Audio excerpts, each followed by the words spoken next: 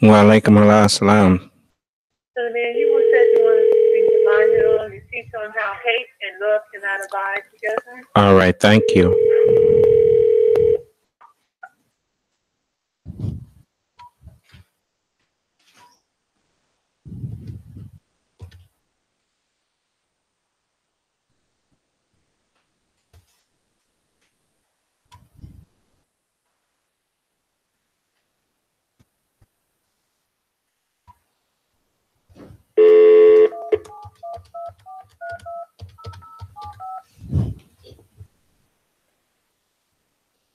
This service is access code accepted. There are 50 participants in this conference.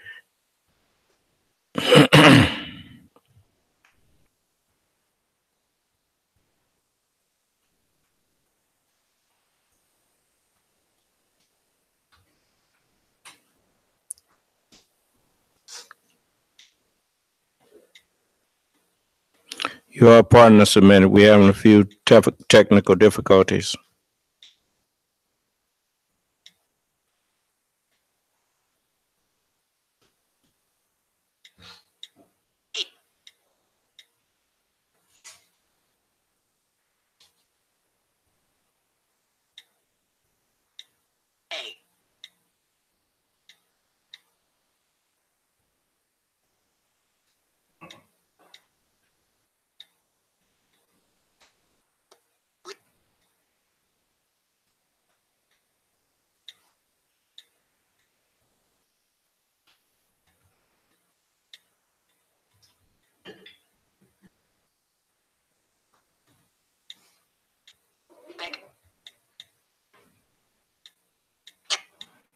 It's 2, 10, 2,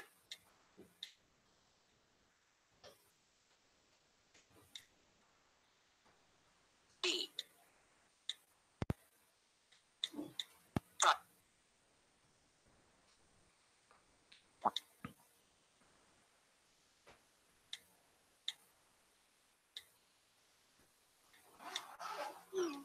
capital I.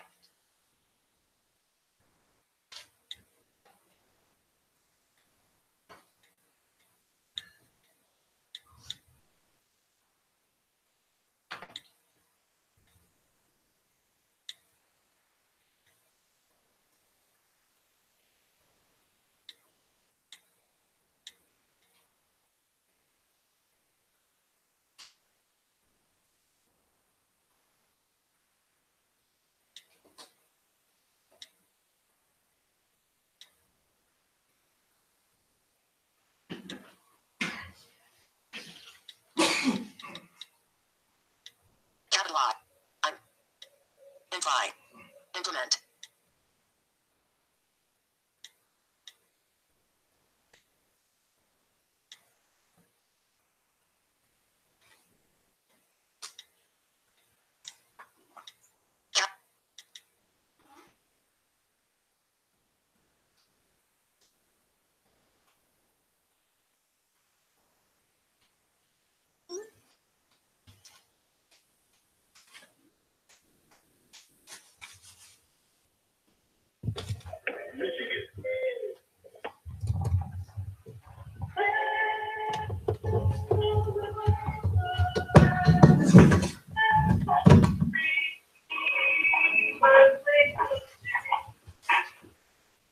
The Culinary Space Magazine is your salvation in healthy food recipes. It's all about it. It's up current event. The Culinary Space Magazine, the official magazine of the New Nation of Islam. Pick up your copy at Shell Gas Station, 13110 West 7 Road, SOS Grove, located in the Northwest Activities Center, 18100 Mile Grove. Sunshine Spring to 17600 West 8 Mile Road. To get a subscription, 601-786-9788. The Southern Space Magazine. Get your copy today. The views and opinions expressed on the following show are not necessarily the views and opinions of W33BY, its affiliates, management, or sponsors.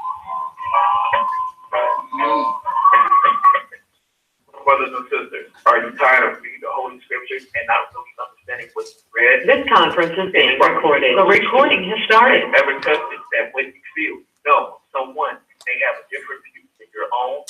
Then let's talk to one another. Let's reason with one another on a scriptural discussion with the Son of Man. A live broadcast every Sunday at 12 on TV 33, FM 88.1 WBR and Comcast Cable. So why don't you call and let's discuss the Holy Bible, have one, the Holy Quran, and come to an agreement about the Holy Scripture and the truth. So tune in to a scriptural discussion with the Son of Man every Sunday at 12 noon, right here on TV 33, FM 88.1 WBR and Comcast Cable. You can call in live on the air at area code 866-4336, 868-0342, and 868-0351. Of course, the area code is 3. That's 313-868-4336, 868-0342, and 868-0351. And now let's go live. Scriptural discussion.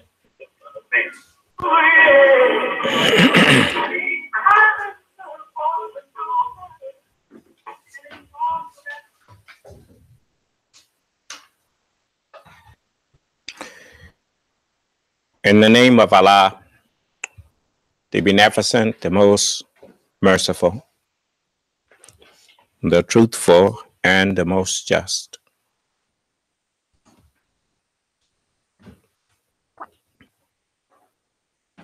I greet all of you who are hungry and thirsty for the understanding of Allah's Word.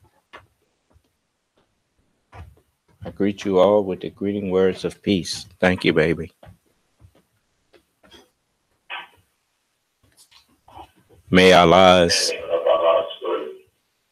Salam Alaikum.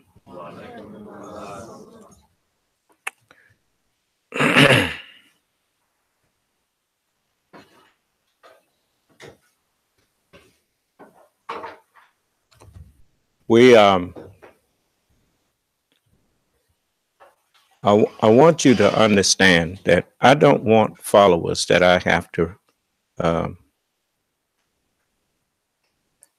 run behind, because I'm not going to run behind you.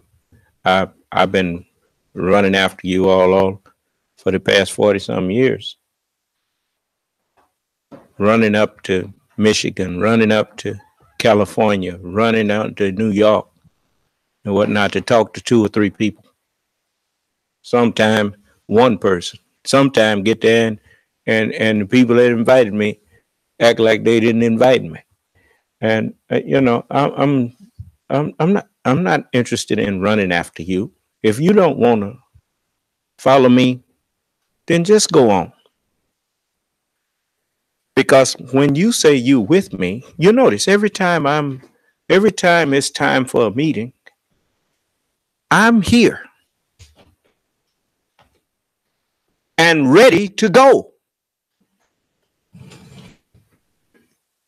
You better get with me on that, because it's starting to annoy me greatly.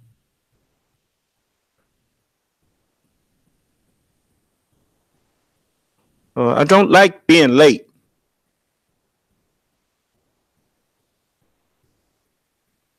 And if you have a job to do for me, do the job.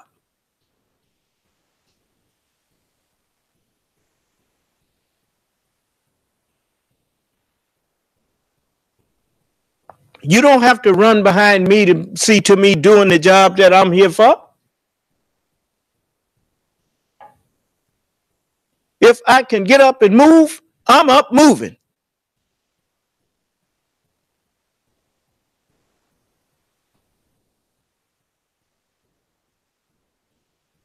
I remember the messenger said that we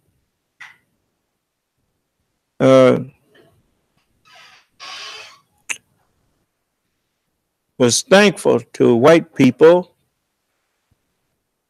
for giving us the opportunity to purchase the country club.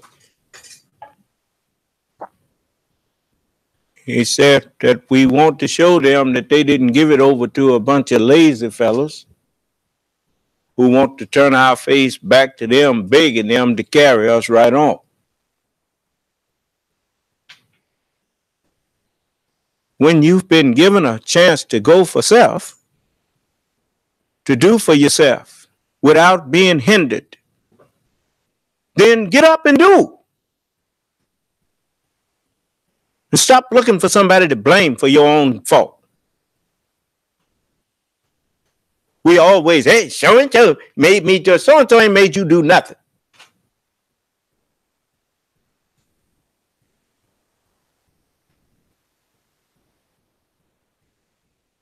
Unless you let them make you do it.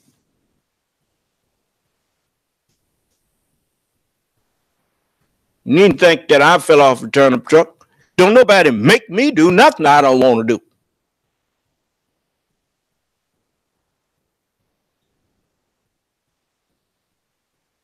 You might hinder me.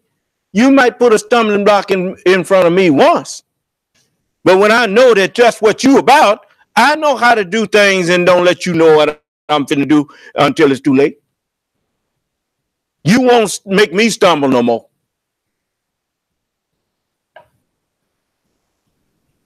So, when you know you got to do something, stop waiting till the last minute.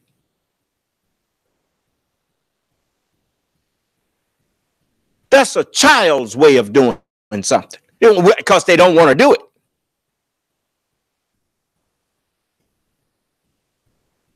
I was a child once. I know how children think. I haven't forgot.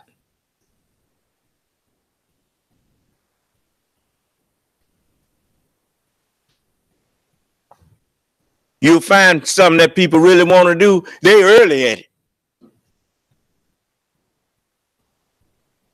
When we used to be partying and going on, we'd get there if it was a party we really wanted to get to. Oh man, we was there early. People want to get to the Super Bowl, they camp out. Sit up out there half the night. So don't tell me. I know how you do when you really want to do something.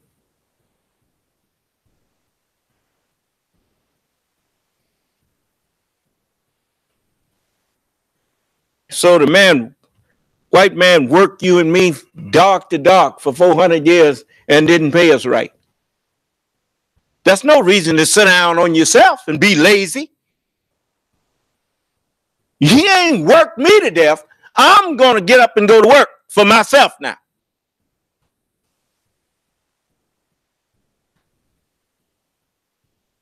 He forced us to go to work for him until we start forcing ourselves to get up and go. Well, you better force yourself to get up and go to work for yourself now.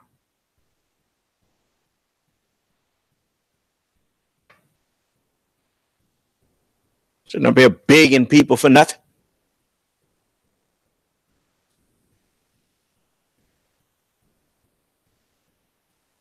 So, now I want to talk with everybody. I'm through fussing with my body. Those of you who have a disagreement with something you hear me teaching, I'm ready to talk to you now. So if you got something you want to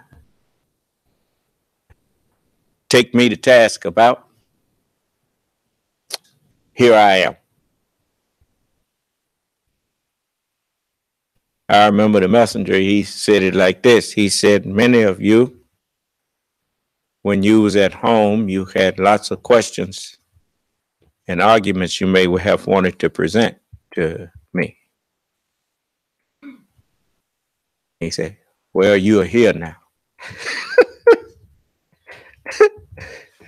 Oh, man. He was no coward. He didn't teach something that he had to run when somebody asked him questions about it. So I can't be the one claiming to come after him if I'm Peter Rabbit every time somebody want to question me. I'm looking for a place to hide. No. I ain't hiding. No, sir. I'm ready for you.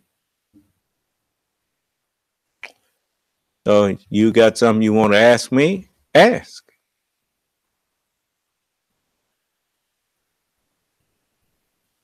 And I reserve the right to tell you none of your business. But that's just in case you want to get personal with me. My personal life ain't none of your business.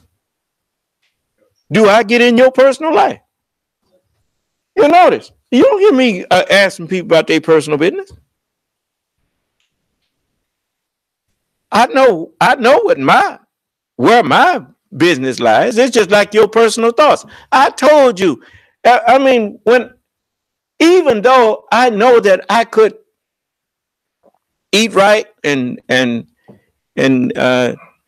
keep myself clean internally, externally, and I could be able to tune up on you, but I don't want to tune up on you. I may not want to help you if I tune up on you.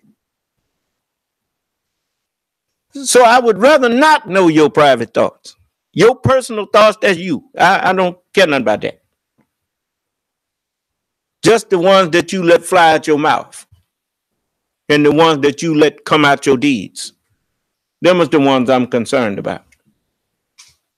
That struggle going on inside of you with your evil thoughts and whatnot, you can deal with them yourself. I don't need that. It's rough enough trying to help people without knowing how much they hate you. Without me having to tune up, I'm trying to help somebody and then tune up on you and you are thinking crazy. I don't know. No, I don't want to know. So I'm glad to be afflicted with what you afflicted with. That's my thorn in the flesh. And that keeps me from being able to do some things that I would normally do. And so I'm starting to understand a lot of other things now. And so it is, it's just like doctors. You take this world. This world is good for this. A doctor, he will do the best he can to heal a man that's waiting to be that's been sentenced to death, but it ain't his time to be executed. The doctor would, even if he's gonna be executed tomorrow, the doctor, he still do the best he can to save that man's life if he's sick and they bring him to him. He don't say, "Oh, you're gonna die tomorrow anyway." So you don't know what tomorrow gonna bring.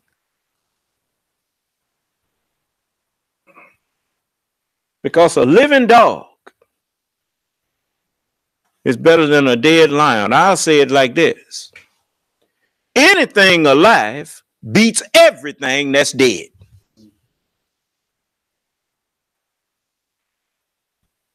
So I'm not here to take men's lives. I'm not here to let you die if I can help it. I'm here to try to save every life that I can save. When I fuss with you, you'll notice it's always to try to make you do something better than you've been doing it. If it's something that you're doing that's bad, I try to fuss you out and tell you stop doing that. But it ain't never just to criticize just to be criticizing.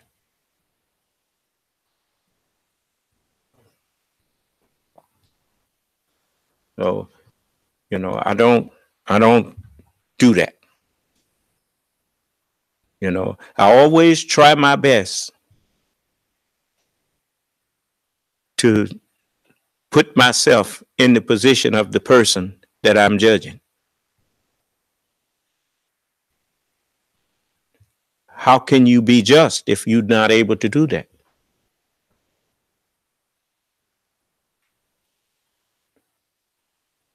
Now, I hope all of you will hear me, because I know you think that you can love this person and hate that person. That's just the devil deceiving you. Once you get to the point where you can hate people, once you entertain hatred for any flesh,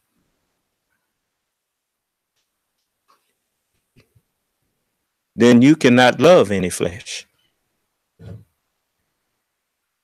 You know why? Because you are deceived. Because you are blaming flesh for what flesh does. And as long as you blame flesh for what flesh does, then the guilty one you never see.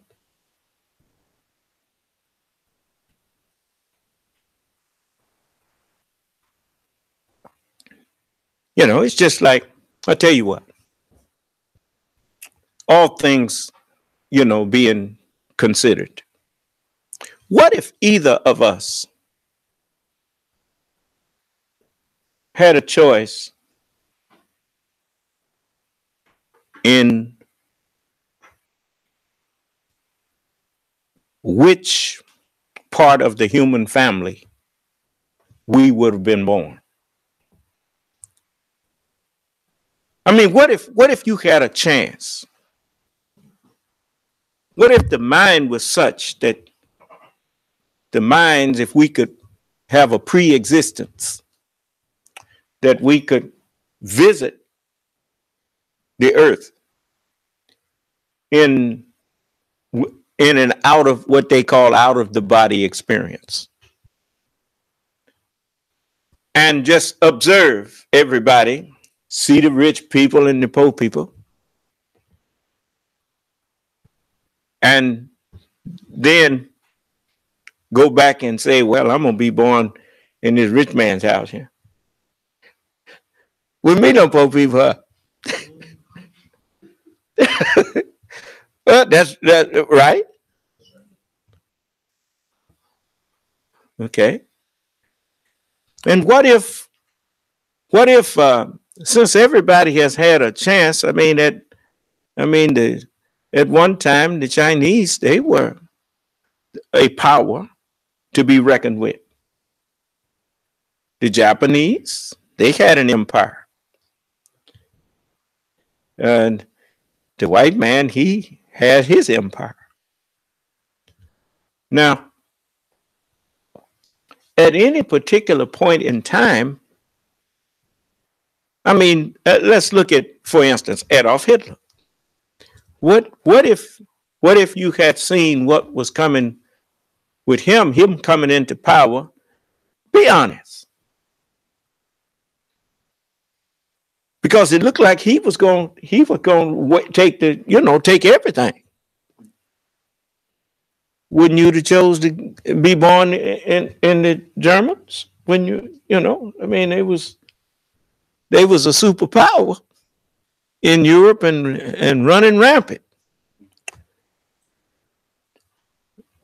And so, but you know, and I know that nobody had a choice into what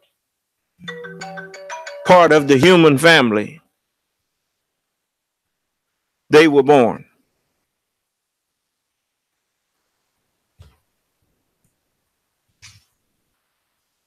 So you all just be patient. I will answer these questions that you have at the end of my class about Saviours Day and all of that. In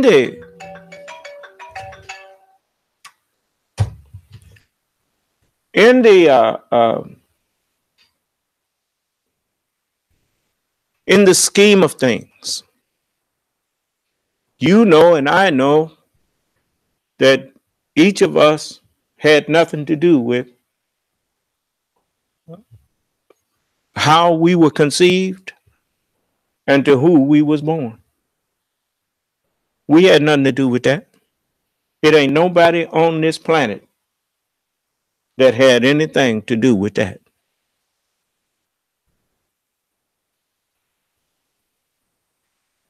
And whatever genetic material that you achieved, it's just like in a race where people run. The fastest one in the race was just given that talent. All you're doing is manifesting that your genetic material. You got a little bit more of that material that made you a little faster than others. Do you understand? And you know, it's just like the fingers as opposed to the arm. The fingers can do much more than the arm can do.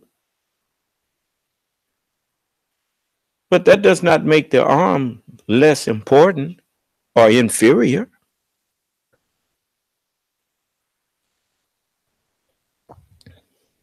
You see, once you are able to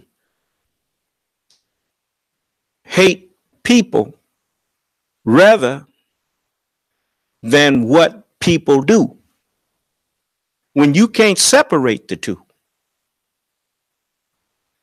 then once hatred of people is conceived in you, then anyone who would help those who you hate automatically becomes hated by you too. You don't realize that once there's an axiom, I think it's an axiom in physics, that no two objects may occupy the exact same space at the exact same time.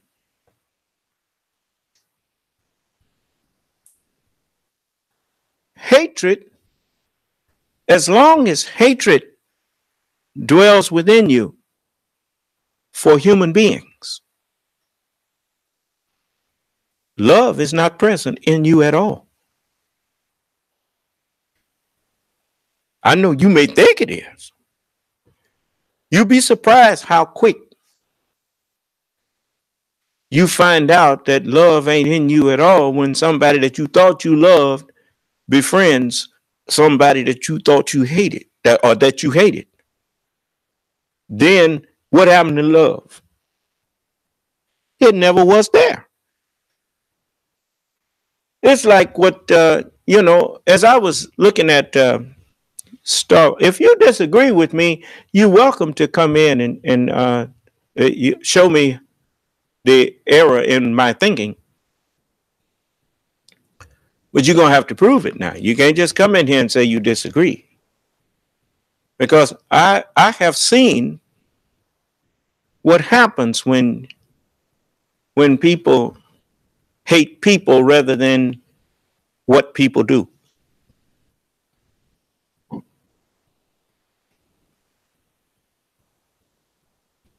You see, it's just like when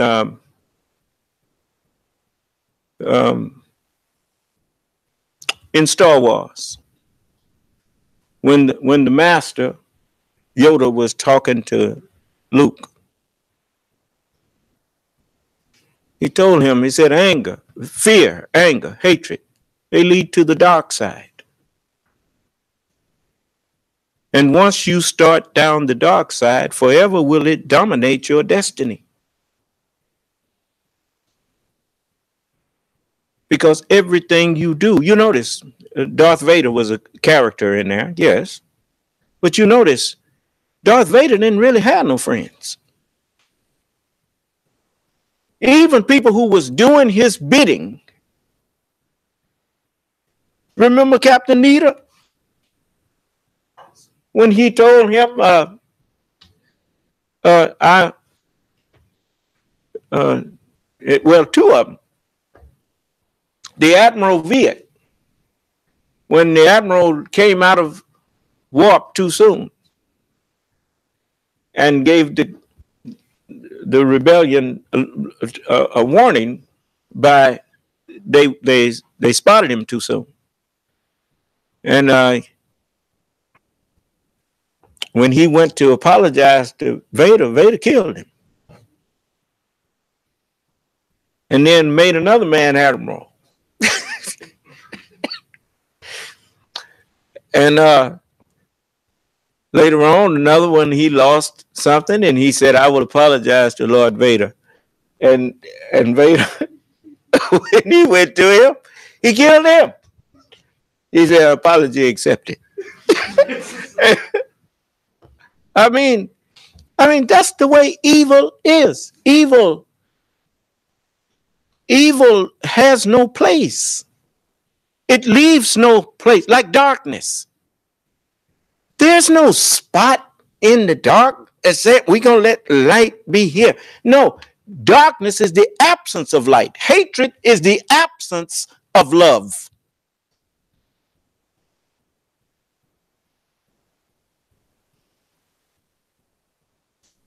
You cannot have love in your heart and hatred too. That's why messengers of God, people didn't understand the Honorable Elijah Muhammad. He'd be standing up teaching how the low-down things that white people have done to us. Then he'd walk right out there and see white people, and they would, how you doing, Elijah? How you doing? He said, fine, and you? How are you? And people couldn't understand. Well, how come he ain't going off on them? It's because the Honorable Elijah Muhammad's heart wasn't full of hate. He wasn't saying what he was saying about white people because he hated white people. He hated what white people were doing.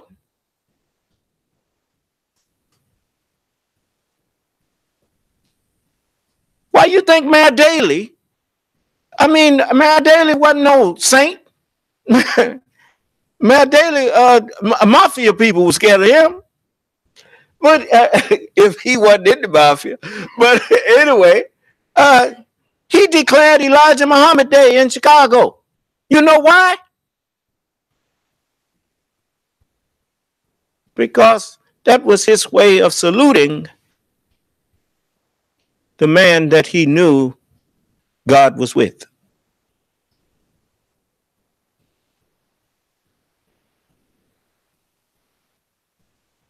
And when they asked him about it, he said, don't Elijah Muhammad teach that white people are devils? And he said, you declaring a day in his honor?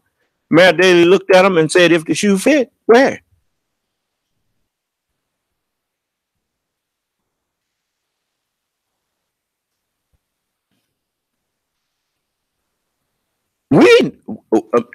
We who are in that circle, the messengers of God, and I am the Lord himself. We know that flesh is not God. We know flesh is weak. Flesh can't do nothing by itself. Flesh is simply like your suit or like a uniform. You put that uniform on and you can take it off. The uniform only walking around because you in it. You ever seen a man in a coma? Everything functioning, but ain't nobody home.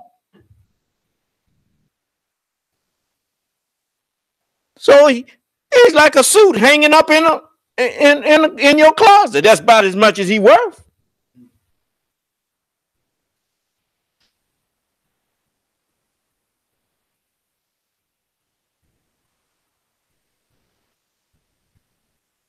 Look, it's just like Donald Trump. I don't hate Donald Trump. I hate what Donald Trump doing.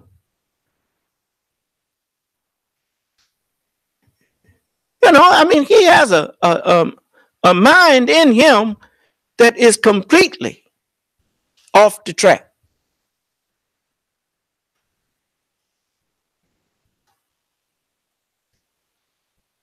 He's a liar. That's That's why I told it does not take a rocket scientist to understand that the only person who can stand up to defend the liar is another liar. So everybody, how do you catch liars? You put a chief one out there and see how many people join with him. These people ain't getting away with nothing. They just think they are. If you don't change, I am the beginning and the end.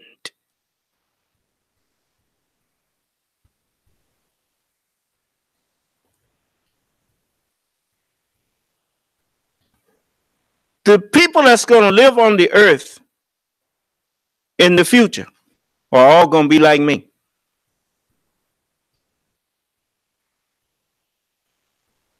That's what the prophets told you. That's not something I made up. It's over there in 1 John, the 4th chapter. I didn't say John, the 1st chapter. I said 1 John, the 4th chapter.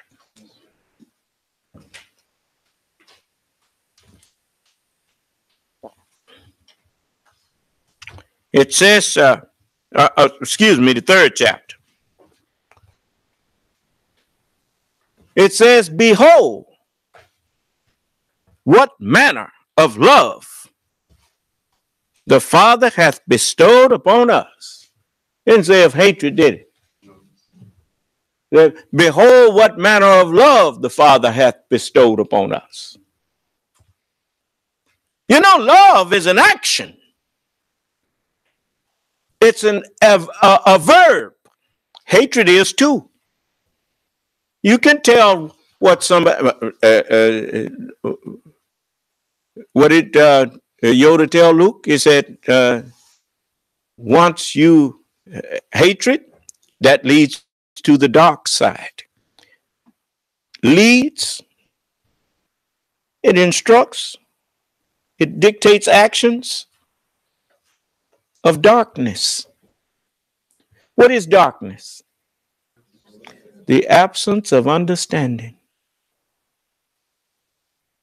Anytime a man, one of the poets, I remember Prophet Muhammad said that the poets are kin to the prophets. If they are kin to the prophets, that's why they thought Prophet Muhammad was a poet. When you listen to the Quran in its Arabic, it sounds like poetry. Bismillahirrahmanirrahim. Alhamdulillah Rabbi Alameen. Al-Rahman Al-Rahim. See how it rhymes? So they called him a poet. But did you know that America is full of poets?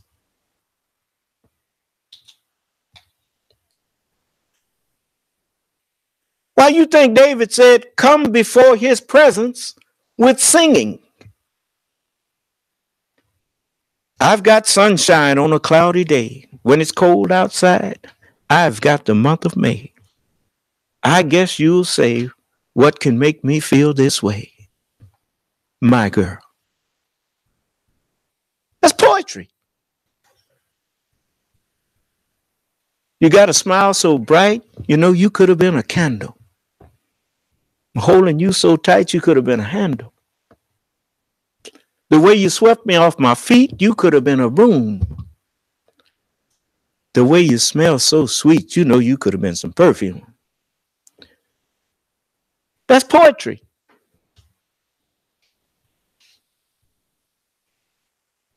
And you put music to it, it becomes a song.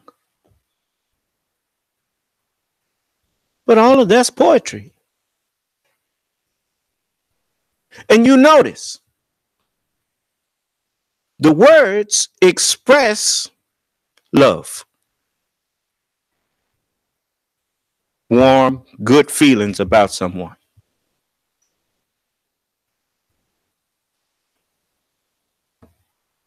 So, the prophet said, behold, what manner of love the Father hath bestowed upon us, that we should be called the sons of God. Why would they be called the sons of God when the book says, for God so loved the world that he gave his only begotten son? Well, first of all, there's two different kinds of sons there. Because even though they had biological fathers, every messenger of God did, the knowledge that they were sharing didn't come from their biological father.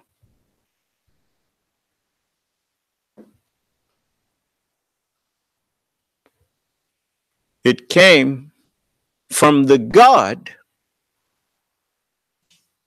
of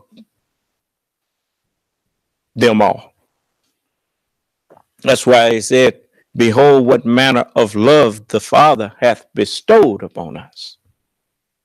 Blessed are the peacemakers, for they shall be called what? The children of God. Well, if you have children, they're either sons or daughters. Behold, what manner of love the Father hath bestowed upon us, that we should be called the sons of God. Huh? See? And it says, therefore the world knoweth us not, because it knew him not. No man knows the Father but the Son, and he to whom the Son will reveal him. And the Son, S-U-N, now, not S-O-N, S-U-N. And the Son was not to come until the Sabbath day. The Sunday. That's what you call it, Sunday. Huh? And it comes out 6 days. You got to get through 6 days, and then you get Sunday. Huh? Yeah. Then it says, beloved, now are we the sons of God, and it doth not yet appear what we shall be. Why? Because ain't none righteous. Not yet. That's why Jesus, he stopped him. Jesus told him, he said, why are you calling me good? There ain't none good but one, and that is God. So goodness hadn't appeared yet. You remember I told you to point out what you found wrong with me? I ain't heard you point out nothing wrong with me yet.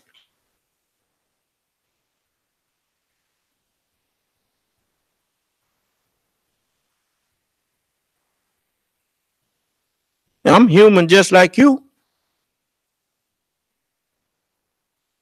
But I'm not mastered by my humanity.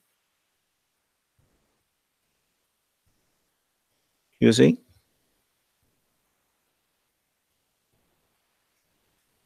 So, you know, this is what everybody gonna be like. That's what the prophet told you. It doth not yet appear what we shall be, but we know that when he shall appear,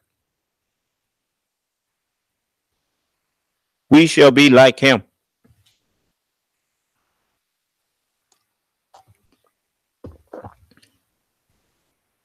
How many times do I have to stop you from thinking evil about each other? You fall out with people over dust.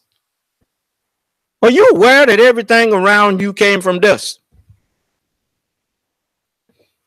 And you done fell out with your brother over dust in another form.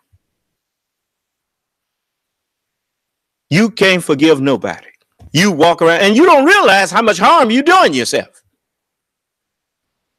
Don't you know if I walked around with an attitude at everybody that done did me wrong or whatnot, I would be the hardest fellow on the planet to get along with. I'd be snapping at everybody. You have not learned to let that go. You know why? Because you don't think nothing wrong with you.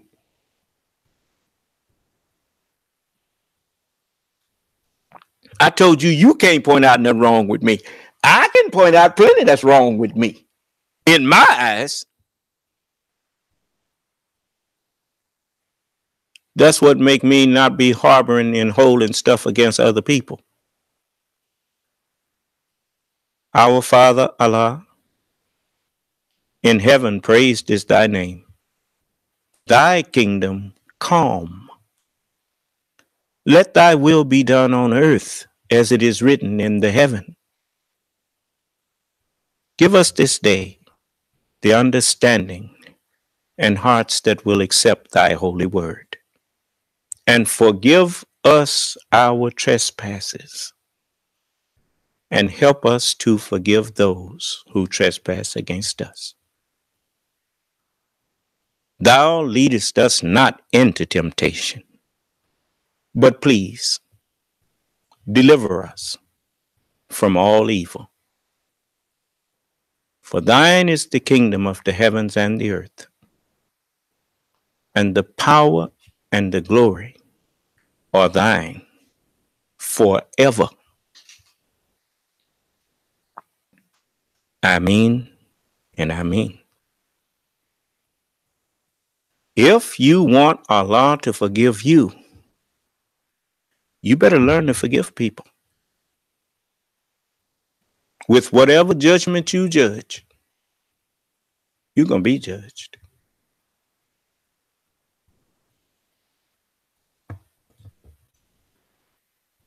Right? You can believe me or not. You run around here with a heart full of hatred.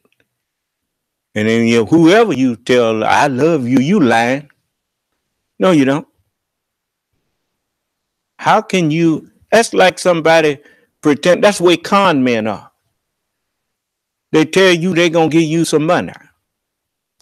When they ain't got no money, they after yours. And the next thing you know, they're asking you first, you got to write a check for this amount or that amount. And they're taking con you out your money. Because if he wanted to give you something, he ain't got to do all that. He just give it to you.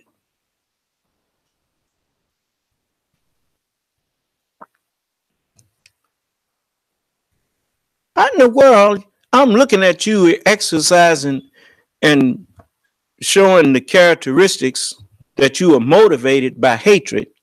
How could you think I would think that there's love in you? What's in you is what's coming out. When last time you went to your faucet and salt water came out of there? Do salt water come out your faucet? No. And I tell you this, if some salt water coming out your faucet, ain't no pure water ever came out of there. Because the well that it's hooked to is salt water.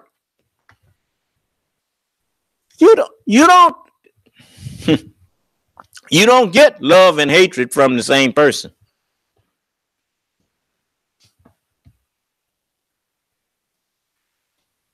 I'll show you an example. White folks. I have to use you because you've been doing this for a long time. Now, before you was mistreating my people and scapegoating us. What do you call the Dark Ages when they had them inquisitions? And who was you scapegoating then? You scapegoating white people. You see, the devil always have to scapegoat somebody to keep you from observing him. So he misdirection. That's one of the reasons why in the Bible they call them Pharaoh's magicians. You know, a magician, he does his trick by misdirecting your attention. Do you understand? And so you notice they was burning people as witches. Remember? Them was white people they was doing that to. And guess who was doing it to them? Other white people calling themselves priests. And then the people that the priest was preaching to was the ones doing the burning. We're going to burn you. And they're burning witches. Okay. When they got us in slavery, then they directed all their hatred towards us and took it off of the other people. When they, if you remember, there was a time that when Italians came to America, they were scapegoated. And they was white people. But everybody has been tools of a wicked mind, of a corrupt mind. And everybody have been pointing the finger of blame at other people, blaming other people for their problems instead of going looking in the mirror and looking at the real blame is that corrupt mind that everybody was passing around.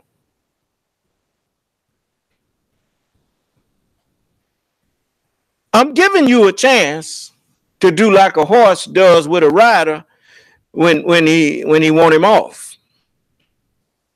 He resists that rider by bucking him. You better do like that donkey that was carrying Balaam, because the angel standing here with a sword that's going to kill the donkey and his rider if you don't stop.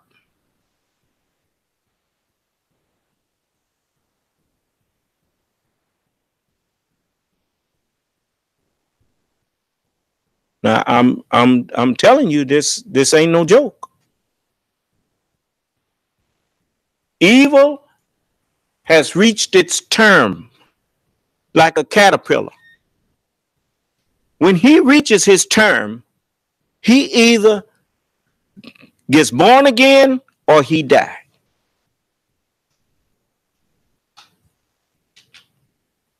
But once the time is up for being a caterpillar, it's up. The time for you to be a devil is up.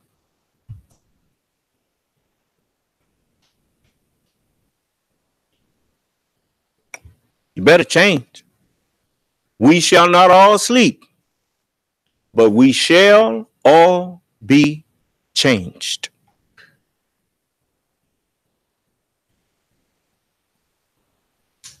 Now, I want to show you that even in your songs, when you didn't know that you was singing about your end, you in the day where everything is bearing witness to the end of the world that you have known.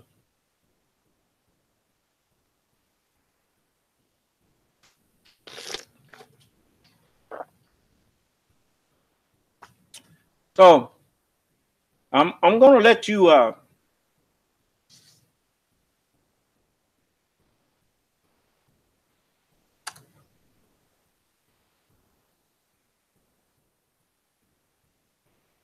I'm going to let you hear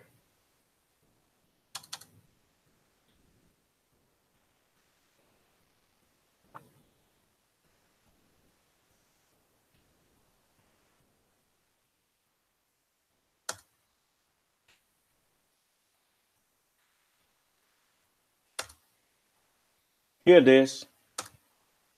It's no accident that I've been playing this. I remember when the messenger told them, matter of fact, I'm going to let you hear it. Let's see here. Just bear with me.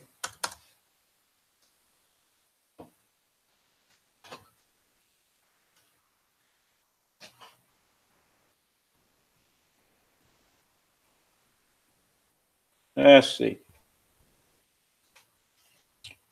That number 2.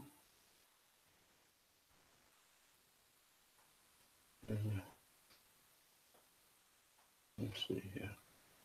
Let's go to that. He will be told to break ground on the next one. We want you to get out of that old slavery idea.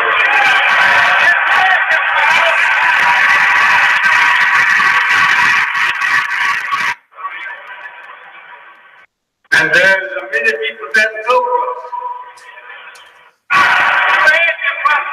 in order, right? Every time you look at a black man, you're looking at showing to me, right? 43 years. Yes, sir. I have.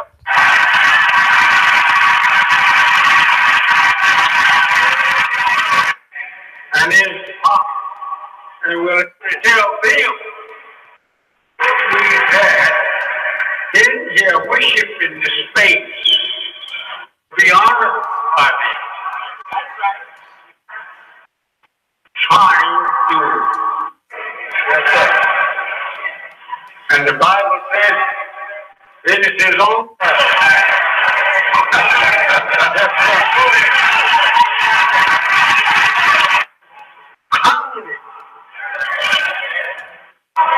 this represents the kingdom.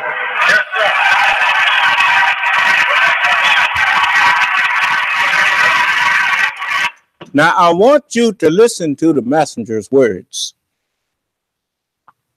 because he knew that he had fulfilled his mission, which was to find and raise the Son of Man from a dead level, as he had to prepare me in order to be guided directly from God. He had to get me ready to be guided by Allah through the Holy Scriptures, the covenant.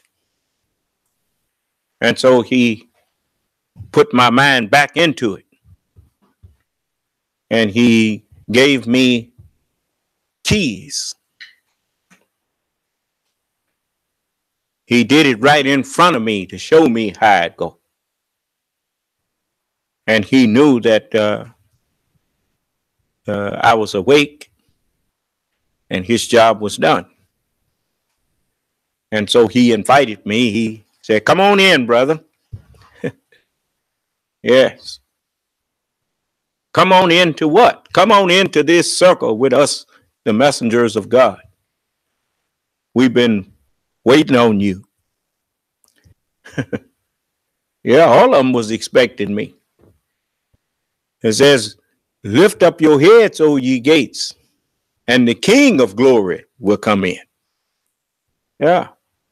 "Be ye lift up, ye everlasting doors, and the King of glory will come in." That's why he said, "Come on in, brother." Yeah. No spooks. No. He's living. He's, as the messenger told you, say, he's a living God. That's right. A living man that the truth is with. Oh, you call the books holy books. Well, what about the man that the word that's in the book is in? What is he? Yeah. Now we don't want no holy now. Right? Okay. You gonna wish you had wanted it. But listen.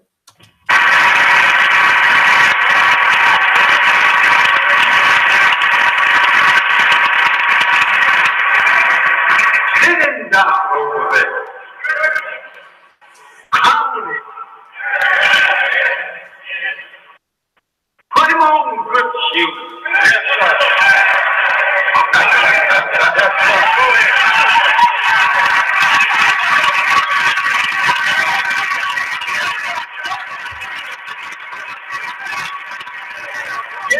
You ever notice that's the way people talk about their sons, or your daddy's shoes is mighty big for you. Them some big shoes to fill. Huh? How many of you all can fill the shoes of Moses and Jesus and David and Solomon and all of them? Can you put their shoes on? But Allah told me to put them on. He said, take the book and eat it up. Then you go speak with all of them words. Gave it to me without measure. He said, all of it, all things are delivered unto me of my Father. And so the messenger said, sit him down over there. Son of man, sit on my right hand till I do what? Well, why are you going to make my enemies your footstool so you can go out there and overcome them? Then you get up and take the true religion and make it overcome all of them. Yeah. So that's what I'm doing. He said, sit him down over there. That's in the book. Sit, son of man. Huh? As he said. He said so. And the judge is sitting, able, wise, knows us, and writes down what we do and say. Yeah. Don't even have to write it now. I'll record it. Play it back for you.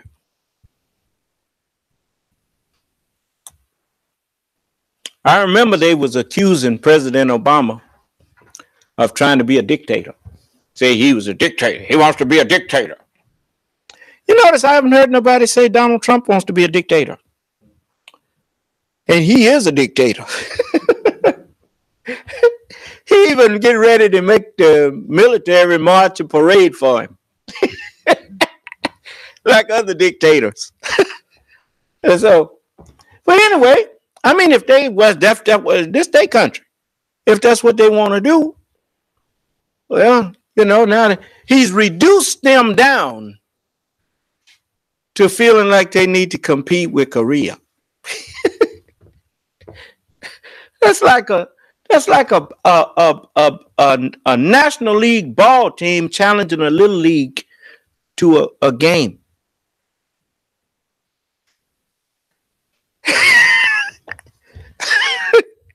Let me leave that alone. Anyway, now let's go back to what the messenger was saying, because he said, sit him down over there.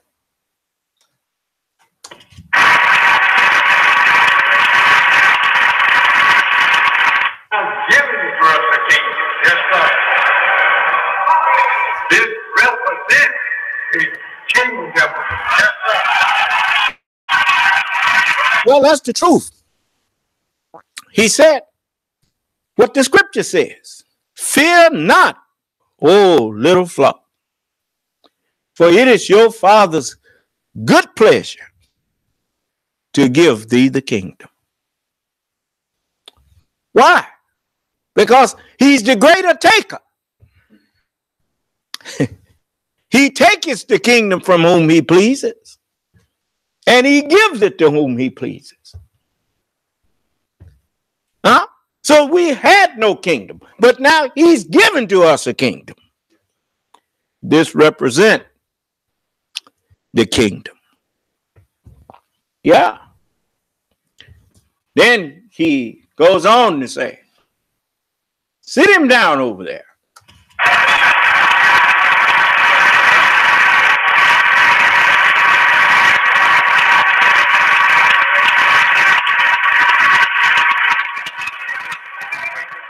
Sit him down over there.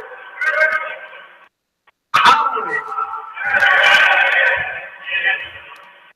Put him on good shoes.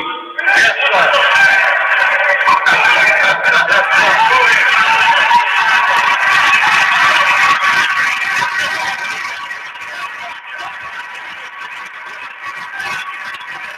See, now, me and him, we is like in that way.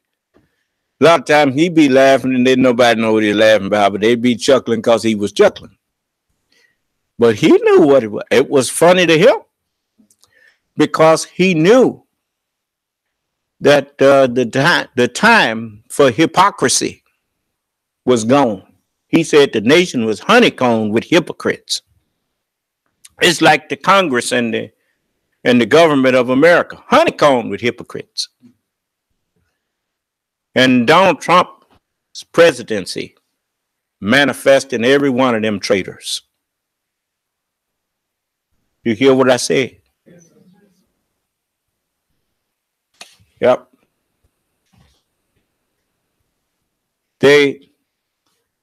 You would think that, I told you that they done all got bought out.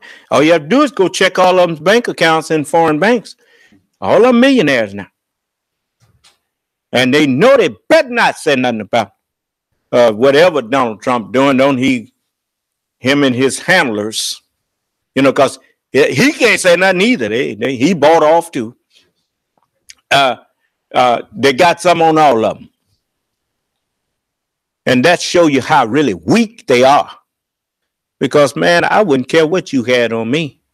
Even if I had got in bed with you. If I saw you trying to sell my country, get me to hurt my own country, I tell you to go to hell and you go and tell whatever you want on me, but I'm going to show tell on you. And I'll apologize to the American people, or I'll apologize to the people, and if whatever they want to do to me, that's their business. But I ain't going to help you tear up my country. I ain't going to help. No, I would never sell my people out. In the first place, you never should have took the money. You greedy dog.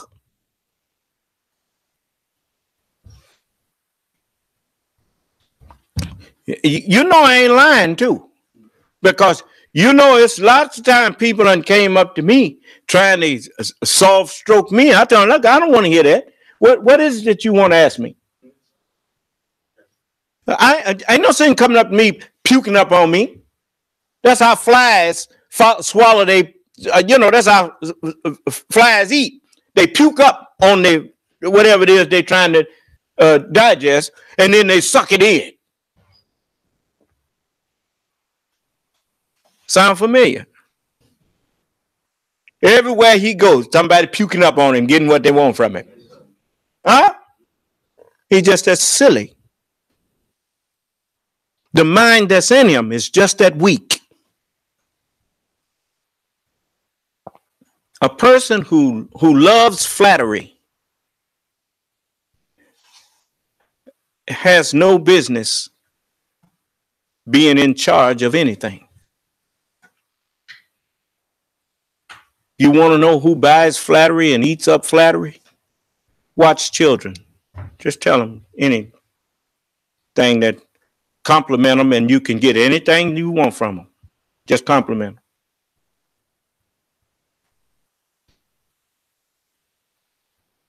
You sure is smart. Go get your mama's purse. Don't let her see you now. He go in there. He go get it. Yeah, just that stupid.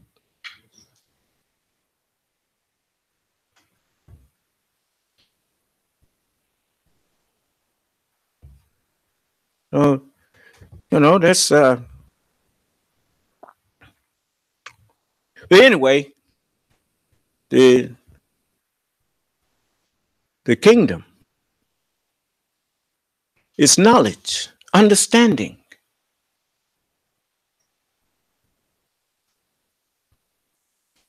And just remember, before you saw all of this stuff, I told you about them people.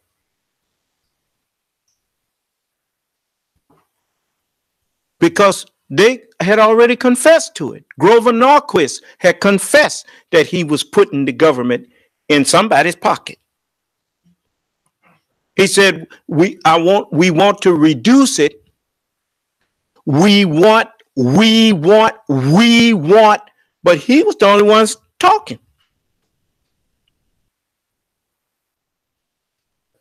I wish I could talk to Mr. Mueller now and tell him, look, who is the we? Get him. Get him too. We want to reduce it down to the size that it could fit in a bathtub, and then they could wonder what we're doing. The American people wondering what Congress and President Trump and the Senate is doing, because they sure ain't been listening to the American people. You remember when 70-something% of the people called before that shutdown with when President Obama was in there, and they still shut it down? What did that tell you? You ain't in charge of them people in Congress. Them ain't your representatives. That's the Norquist well, I don't say Norquist, because you know he just the front man. But you get to the rest of them by getting to the front man. You see? And so he comes out and boasts. That's how dumb he thinks the American people done got. Is that he can come and boast to you that he want to put your government in a bathtub to the size that it can fit in a bathtub. In other words, want one a group of secret people, maybe jacuzzi, controlling the American government through sellouts like Paul Ryan. You can look at him and tell he ain't about nothing. You notice when a man is speaking from his heart, it sounds like a man. Only thing he do is make speeches. And that ain't from him. There's somebody giving him something to say.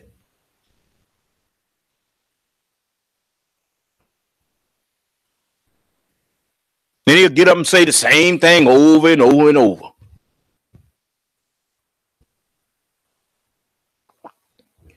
And I'll tell you something else about men and leaders. A leader don't need no bunch of people between you and him. He'll come out on something that's serious, and he will go one-on-one with whoever want to question him. And he will not insult you. He will answer your questions. And if you insult him, he will call you on it. But he will not get in an insulting match with you because of his respect, not just for himself. But see, in order for you to be president of the United States, you have to first respect that office yourself. Because once you get elected president of the United States, you have to remember, as long as you have that title, everything you speak is for the United States. Your personal opinion is no longer valid. You have to speak as the head of the American people and of the government that the Constitution represents. Do you understand? It's just like when a person becomes a Supreme Court justice. When you are in their presence, it is proper to call them Mr. Justice or Miss Justice. And when they give an opinion, it is not supposed to be their personal belief. It is supposed to be the law, what the law states about whatever situation comes up. It's supposed to be what the Constitution lays out. Most people that criticize leaders know nothing about leadership.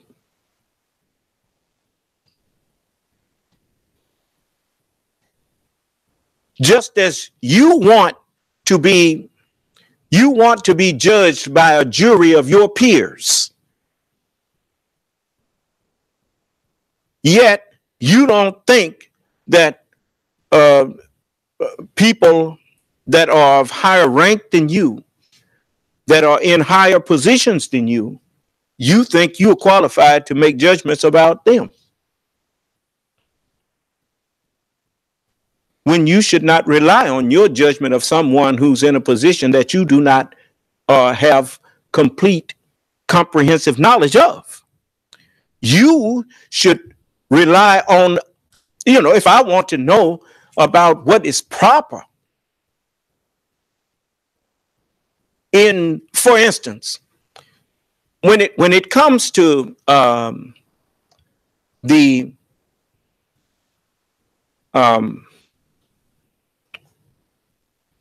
security of the United States, who is better qualified to give reasonable advice on what should be made public and what should not be made public? Who is more qualified than the FBI?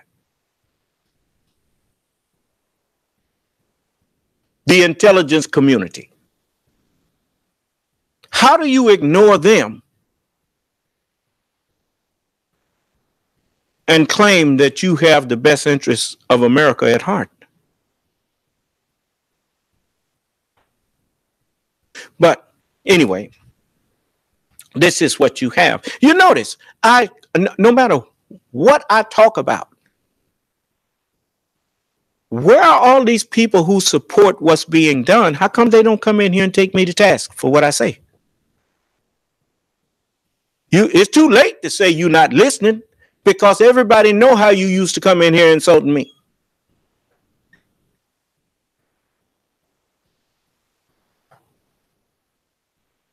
See, that's the thing about liars. One person with the truth can put to flight billions of liars. All you need is one person that knows the truth. Just like one candle, you can bring a candle into a pitch dark room, and that one little candlelight begins to make darkness flee.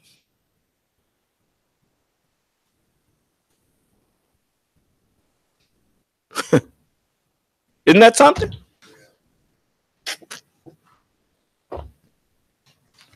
Why don't they come in? You know, they used to call me, what, crazy? They don't come in here and straighten out this crazy man. All the things I'm saying about the government that just ain't so, because I'm crazy, you know. I know more about government than you ever will. I'm from above. You are from beneath. All you know is natural. I know natural and spiritual. And spiritual is higher than natural.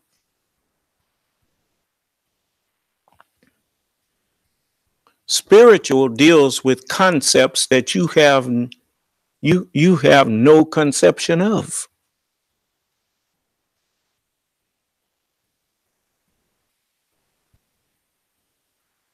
So when a man does not have respect for the title or the office, then that disqualifies him from taking that office.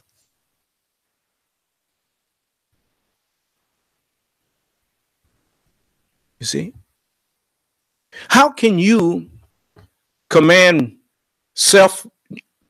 people to respect you as a man when you don't have any self-respect?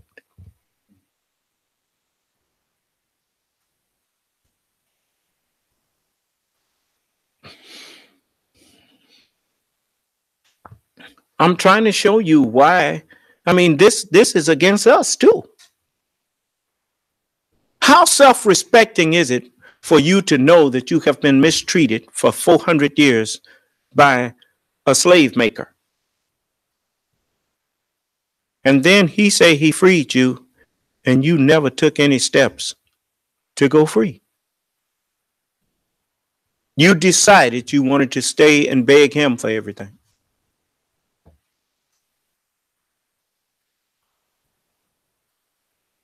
How self-respecting is it for us as a people to leave ourselves in a position of a homeborn slave, still seeking a job from the man who worked us for free for 400 years and still works us for free? We just don't have sense enough to know it. He sets your salary and he sets the prices for everything, and you wonder why you always just break even. And matter of fact, you don't break even. You need 2 jobs. You need more than one job. The light bill, water bill, gas bill, and everything. You ain't never seen the bills that he give his people.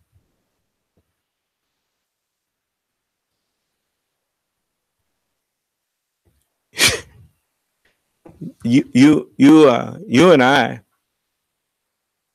have to develop self-respect.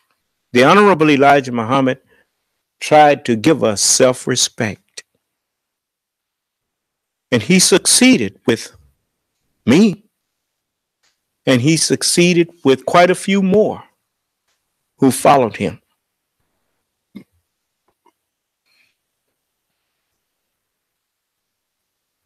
And when you have self-respect, you just cannot leave yourself in a position where others look down on you.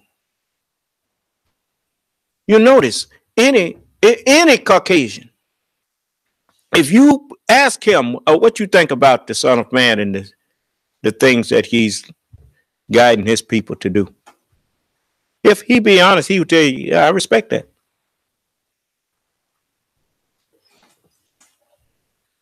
He's done. Even when the preacher said he was not going to help me convert people, he said, I'm not going to help the Son of Man convert white people. Those was his words. He didn't refuse to call me by my title.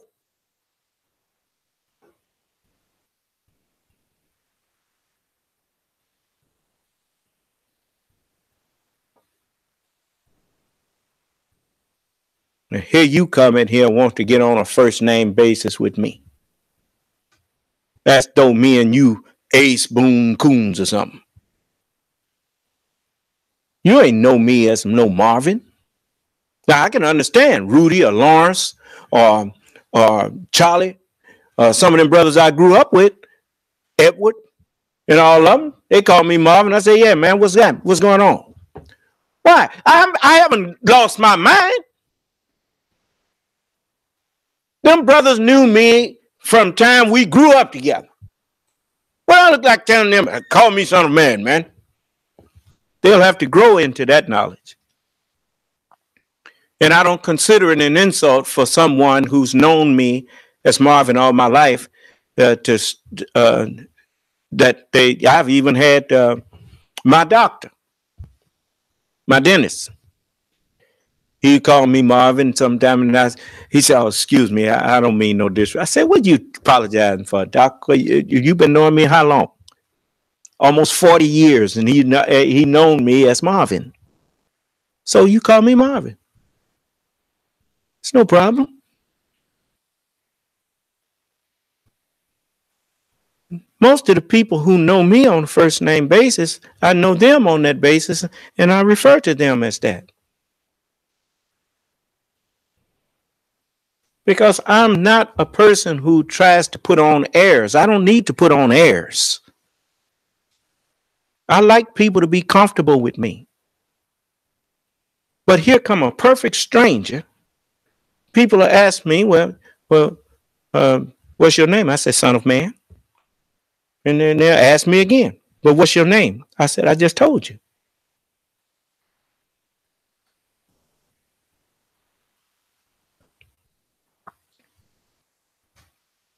You see, the reason you don't want me to be called son of man is because if I am the son of man, you know you're in a world of trouble for not submitting to me. Because the scripture tells you that on the Sabbath day, the one that's the Lord is the Son of Man.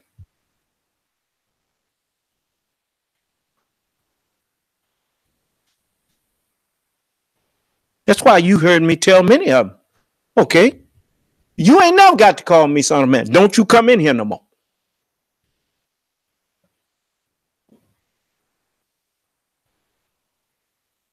But if you come in my class and you want to talk to me, you call me son of man.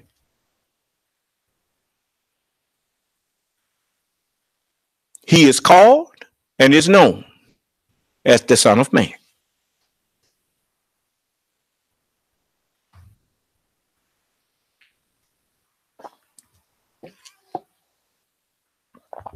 So, but listen. Get up, brother, and recognize your brother that was lost and is now found. Yes, sir. Get up. Give him a praise.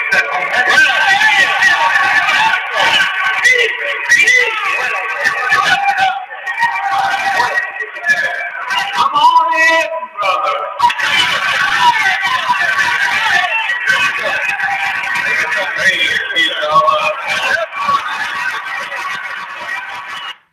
I want you to go to the book of Psalms.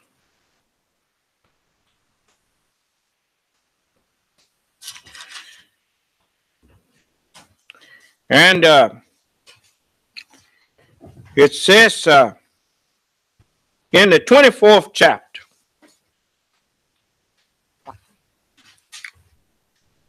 you heard him say, come on in, didn't it?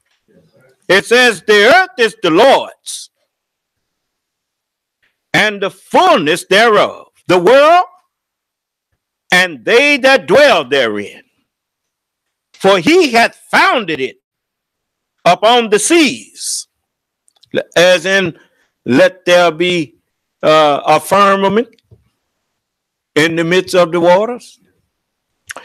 He hath founded it upon the seas and established it upon the floods. Who shall ascend into the hill of the Lord? No man hath ascended up to heaven, but he who came down from there. Even who? The Son of Man. Or who shall stand in his holy place? Which of you can come up here and keep reading? Or who on the phone? Who can keep reading this and take up where I left off?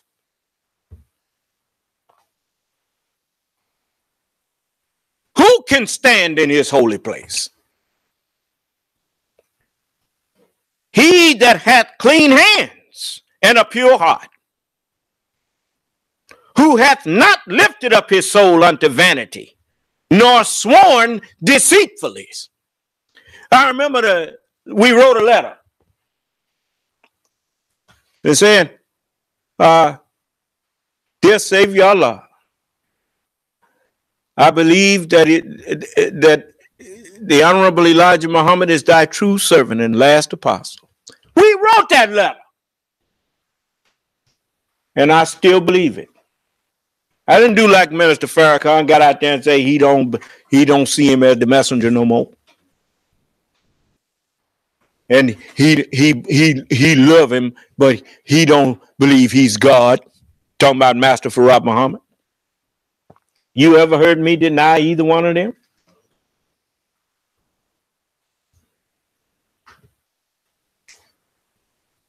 And I tell you something else. Let anyone who is in the government of America say that I went back on the oath I took when I joined the Marine Corps.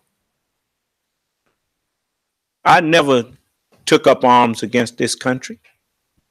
I've never helped anyone against try to overthrow this government. The only thing I helped to try to overthrow was lies.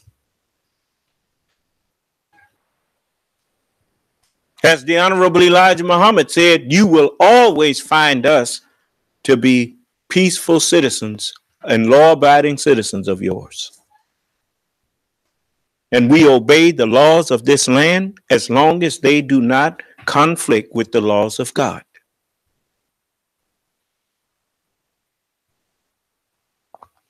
That's why even when people was trying to suggest that something was wrong with President Obama upholding the right of men who wanted to marry a man, if that's what he wanted to do, he had a right to do it. The Holy Quran says you cannot compel people to be righteous. You have no right to make laws making people do righteousness. That's why the coming of the Son of Man, to invite people to be a part of a nation that will be righteous. Do you understand? If I had started off, America didn't start off like that. America started off with whatever you wanted to believe, that's what you believe. You don't legislate righteousness. Righteousness is a choice, just as unrighteousness is a choice. It wasn't a choice, but now it is. Because I have come and spoken unto you. And you haven't found anyone that's able to argue with me about the righteousness that I teach. So now you have a choice. Stay in what you have or accept me.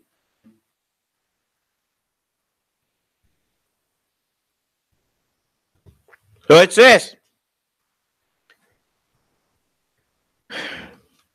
he shall receive the blessings from the Lord and righteousness from the God of his salvation. The messenger said, my people oppose the God of their salvation. You notice, I'm the one that the understanding of your salvation, which is the Holy Scriptures, I'm the one that word is with. And the word was with who? Yeah, okay. Then it says, this is the generation of them that seek him and that seek thy face, O Jacob.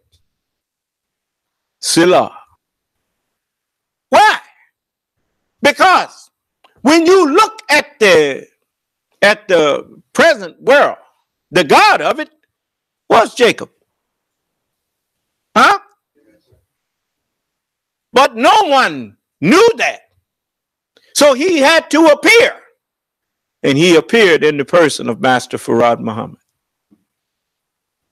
And he told them, okay, we've seen the sign of the one who is the God of me and the God of Abraham and the God of Isaac. And he's been born to the seed of Abraham that have been in labor to produce him for the past 400 years. And it says, lift up your heads, O ye gates, and be ye lifted up, ye everlasting what? Doors. And who will come in? What did the messenger say? Didn't he say, come on in? Come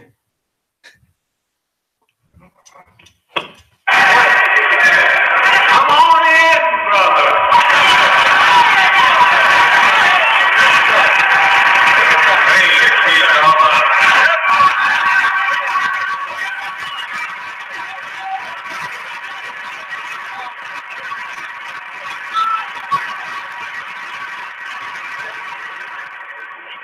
He was lost, but now he's found.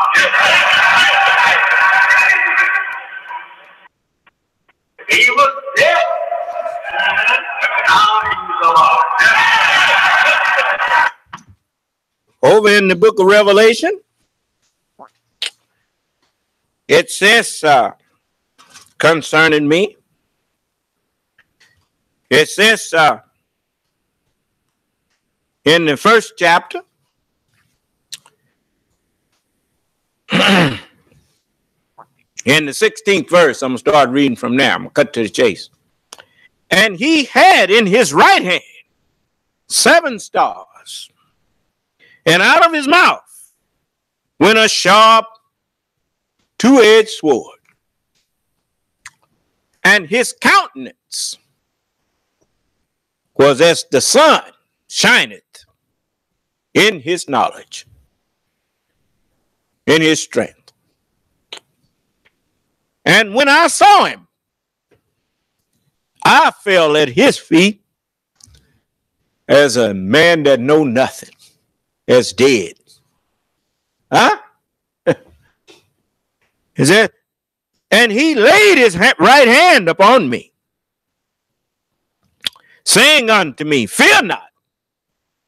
I'm the first and the last. I'm the product of the first man, Adam, and the last Adam. I am he that liveth and was dead. He was dead. Now he's alive. And behold, I am alive forevermore. Just more and more and more, I know more and more and more. Allah is making me to know more and more and more. And so the more he makes me know, the easier I am to get along with. You know why? Because I don't look for the fault in people. I look for the good.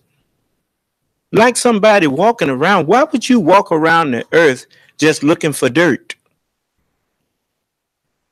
The earth contains more than dirt, even though the most plentiful thing is dirt.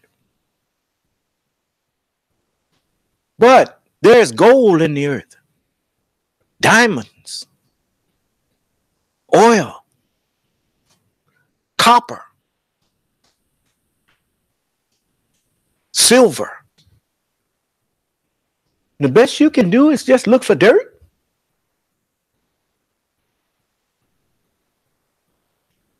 I'm not going to mention no name, but I'll go to the bank sometime. And the black people in there, they got abundance of good in them. they treat me, they treat everybody with courtesy and respect. And the white people in there, the same.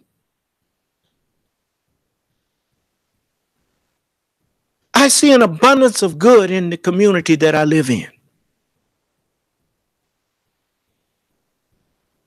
I don't waste my time looking for the fault in people. That's a waste of time. Do you like it when all people see in you is you're wrong? Do you like to meet somebody that every time you see him, something wrong with you? Pretty soon you say, "Oh man, here come that," right? If you spend time cultivating, I'm not telling you to go around flattering people. You don't have to say nothing. See the good, and it will make you forgive more. It will make you more forgiving of the bad that you see in people. Do you understand? If you don't see any good, well, sometimes you can look out there and you don't see nothing that's worthwhile. Well, maybe not today. But tomorrow's a new day. And with new days generally comes new things. Do you understand? But do this. If you cannot help people, don't hurt them. Just leave them alone.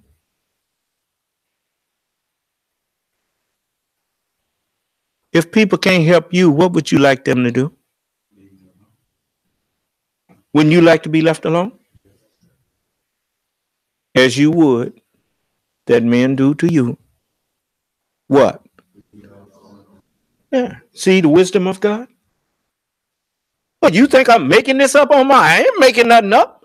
I'm telling you what I've understood. That's what I hear means. Whatsoever he shall hear, whatsoever he shall understand, that shall he speak. Teachers have no business speaking things that they don't understand. What if the student has a question? Now, you just spoke something and the student asks you a question about it and you can't give him understanding. Well, you didn't have no business bringing that up. Is that right? Okay. So, you see the messenger. He said, come on in. That's what the book said. Lift up your heads, O ye gates, and be ye lift up, ye everlasting doors. Why is it lift up your heads, O ye gates? The prophets lifted up what was in their head. They lifted it up. The ways of a what? Of ascent. Ascent, it means going up, don't it? They lifted it up to me. And then I lift them up when I come. If I be lifted up from the earth, I will draw all men unto me. That's what's written. So set your face for religion being upright, the nature made by Allah in which he have created or taught men. And now I'm lifting them up because I'm the one that the porter opened it to. He said, and he that enters in by the door is the shepherd of the sheep. To him, the porter does what? The porter opened it, and the King of glory shall come in. Huh? And it says, who is this King of glory? The Lord, strong and mighty. The Lord, mighty in battle. You notice if that ain't me, then why everybody done shut up? Because I take truth and battle falsehood. Mighty in battle. Huh? Then it says, Lift up your heads, O ye gates. Lift, even lift them up, ye everlasting doors. And the King of glory shall come in. He repeats it. Who is this King of glory? The Lord of hosts. He is the King of glory. Think about it. That's what Selah means. Pause and think about it. I learned that from Babylon 5. Yeah. It means pause and ponder over it. Yeah. The messenger told me everything that attracts your attention. He said it's not for entertainment. It's for you to learn something. The whole universe is breasts to me. You see, that's why I'm called a child. A man child. That's right. A man who humbled himself as a child. If you think I'm saying something that ain't true, I mean, ask the brothers that hang around me. When you know more than I do about something, I'm quick to tell you, well, you know more about that than me. Haven't I did that? And I'll ask you what you think. And if I have a question about it, I will ask you questions about it. But I leave the last decision about what to do in that area. I ask you, what should we do? I don't think that it is beneath me to have sense enough to acknowledge when somebody is better guided in a certain area than me. If you are more knowledgeable in a certain area, then in some ways you have to be better guided of how to do that than me. I might be better guided on what to do with what you know, but I ain't claiming to be better guided in doing it than you. I know what to do with it, but you know what to do. You know how to do it. Then I'll tell you what to do with it. So that's what I do. That's what wisdom is. It's knowing what to do with the resources. You see? I could show America right now. I could show the government of America how to make their dollar the strongest currency on the earth. Again, they didn't ask. So what can I say? It wasn't that I refused. To them, I ain't nothing. So, okay. Right on. I could show the billionaires how no matter how much they tried to rob people, I could show them that I could double their money and they wouldn't have to rob nobody. And they would never be able to double what they have in their lifetime. Never.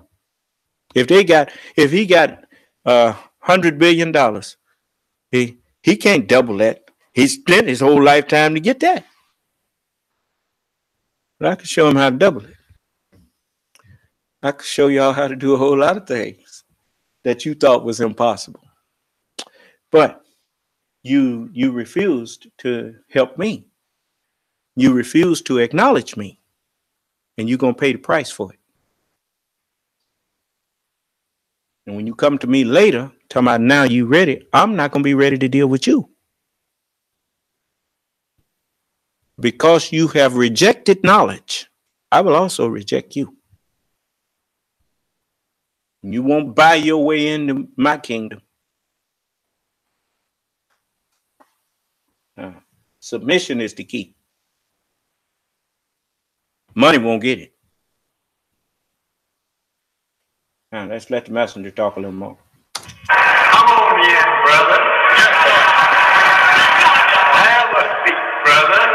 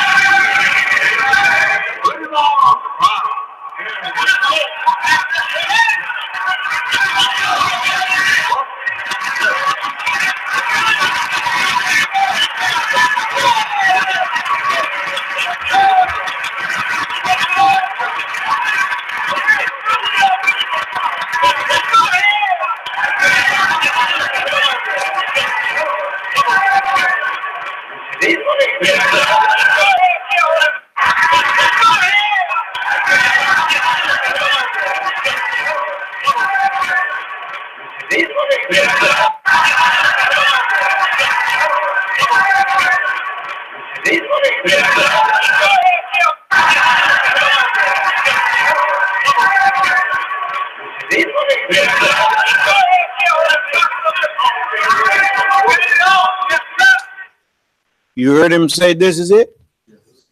Yeah, he wasn't lying. This is it. He was letting them know this the end and the beginning. He was letting everybody know. But he's letting them ministers up there on the stage with him. He said, "This is it." What's it? That's what I've been waiting on. This is what I've been telling you. That he has now made himself present among us. That's right. He was talking about me. I didn't know it. I was dead, but I was a newborn baby. Before she travailed, she gave birth to a man-child who was to rule all nations with a rod of iron. Yeah.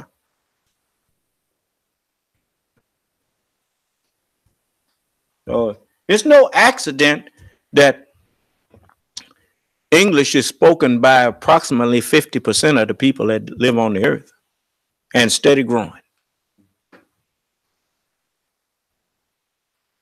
You ain't finna mess that up. Allah, he was getting everybody ready to hear me. A rod of iron, the atomic number of iron is 26. How many letters in the alphabet? 26. That's right. So the messenger told him, he said, "This is it." Now, what's the name of that song? This is it. And I mean, them fellas, that man who wrote that, Kenny Loggins and Michael McDonald, I mean, you would think that they was opening up the Bible and looked at it. Listen.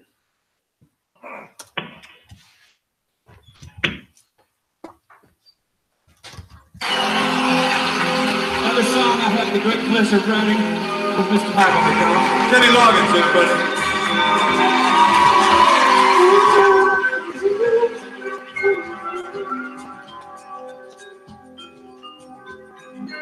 There have been times in my life I've been wondering why. Still somehow I believe we'd always survive. Now, listen to the words.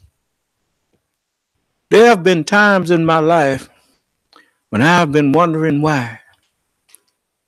Why what? Why God ain't just destroyed all of us?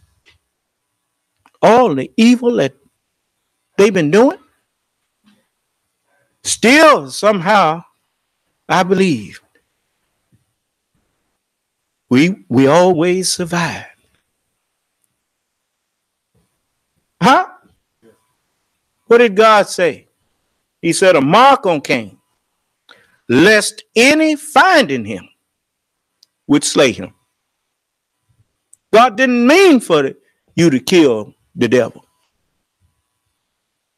He gave the devil dominion over. When I say devil now, I'm not talking about white people. I'm talking about the mind that was put in white people. Even they didn't know why they was made. That's what had them all upset and wondering why. At the end of 6,000 years, you gonna kill us? Well, I'm gonna do it to them before they do it to me. That's what he was thinking.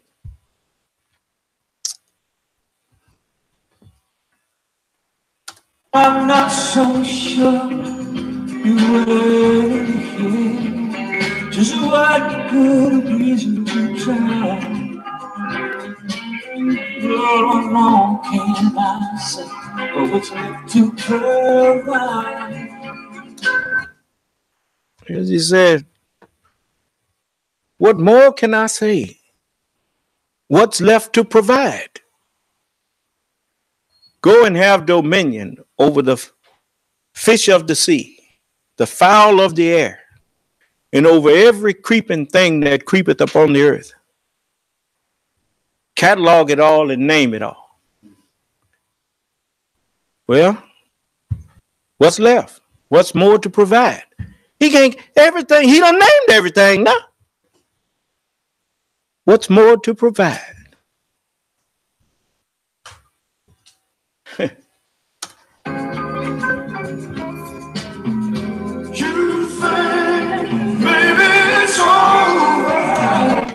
You say, maybe it's over. Not if you don't want it to be. Think over that. You say, maybe it's over. For who? For them. For us. Not if you don't want it to be. Not if you don't want it to be.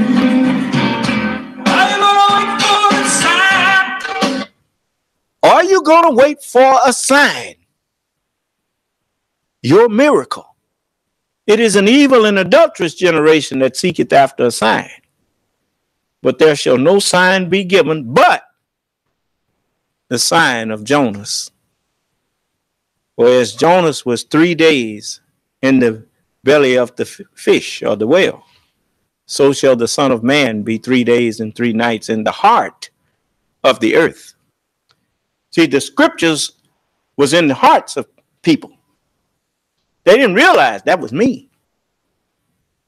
Let every heart prepare him room. And the word was made flesh. Yeah. So when you committed the scriptures to your spiritual heart, which is your mind, then you was taking me into your heart and mind. And now I can make it clear and help you to save yourself. So, are you going to wait for a sign, your miracle? Stand up and fight. Resist the devil. Resist that mind. What do you do when you fight? You resist. Stand up and fight. A miracle will stand up and fight. Sing it out tonight. Yes. This is it. Make no mistake where you are. The waiting is over. As in, wait on the Lord. Well, what happened when the Lord show up? Waiting is over.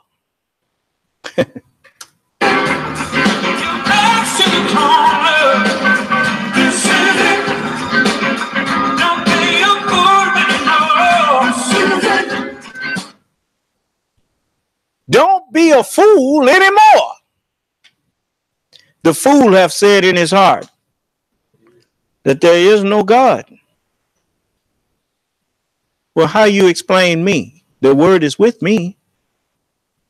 I even make your words agree with me. The scripture says, and the word was with God. But the fool hath said in his heart, there is no God. Don't be a fool anymore. Your waiting is over. The waiting is over. Nowhere to run. Nowhere to hide. That's over in Revelation. It says in the 6th chapter of Revelation, it says in the 12th verse, and I beheld when he had opened the 6th seal, and lo, there was a great earthquake, and the sun became black, Unto you that fear my name shall the Son of Righteousness arise. I'm going to create a model of sounding clay, of black mud. And the sun became black as sackcloth of hair, and the moon became as blood. And the stars of heaven, when I have made him complete and breathed into him of my spirit, fall down, and the stars of heaven fell unto the earth, one by one, even as a fig tree casteth her untimely figs when she is shaken of a mighty wind. And the heaven departed as a scroll when it is rolled together. When a scroll is rolled together and it departs, it's opening up, isn't it? And the heaven was opened. Hereafter shall you see heaven open, and the angels of God ascending and descending on the Son of Man. It says, and the heaven departed as a scroll when it is rolled together, and every mountain and island were moved out of their places. Why? Because the King of Glory has come in, and everybody that thought they was high have been made low now. Everybody who thought they was ruling something have discovered that there's one ruler, and he's standing here. And it says, and the kings of the earth, and the great men, and the rich men, and the chief captains, and the mighty men, and every bondman and every free man, hid themselves in the dens and in the rocks of the mountain, and said to the mountains and rocks, fall on us and hide us from the face of him that sitteth on the throne. But no place to hide. Nowhere to hide, time for wondering why. It's here. Said nowhere to hide. Time for wondering why. It's here. The moment is now. The moment is now. Time to decide. Whither then are you going? That's right. You got a decision you got to make. And everybody, just a moment. About to decide. Let them believe. Everybody got to decide for themselves. Let them believe in the Son of Man or leave them behind. There shall be two in the bed. One shall be taken and the other left. Why? Because one believed and the other one didn't. So you got to leave them behind. Do you understand? There'll be two in the field. One will be taken and the other left. One of you is a believer and one is a disbeliever. That's right. 5 were wise and 5 were foolish. But leave me behind, but keep me near in your heart. But keep me near in your heart. Thou shalt love the Lord thy God with all your heart, all your soul, all your mind, and all your strength. Keep me near in your heart. And know that whatever you do, I'll be right by your side. Didn't you just see I went up there and helped you cut a ribbon on a building that I gave you? I got plenty more that I'm going to give you. I'm right here to help you. And Lord, whatever I do, I'll be there by your side. You say, baby, it's over. Only if you want it to be. You say maybe it's all over, but that's only if you want it to be. I'm the beginning as well as the ending. The end is over. The beginning, it's just not starting. It's only over for you if that's what you choose. But if you let me, I can forgive all the evil that you ever did. And can't nobody charge you with it. The Son of Man have power on earth to forgive sins. Huh? Give me a chance and I will. I don't care nothing about what you used to be. Don't care nothing about what you used to do. All I care about is what you intend to do now from now on.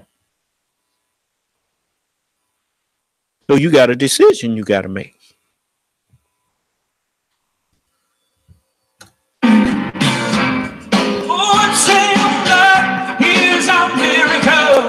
For once in your life, here's your miracle. Yeah. It's a miracle standing up here in front of you. You ain't never heard nobody teach like me. And take things that you would never have used or thought was any use in, and I made use of it.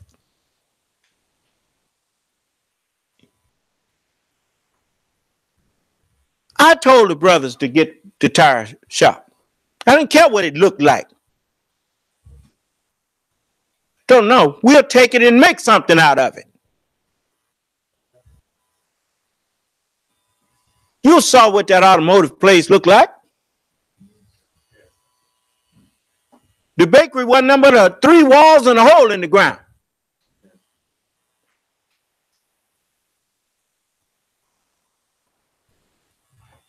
Here's your miracle.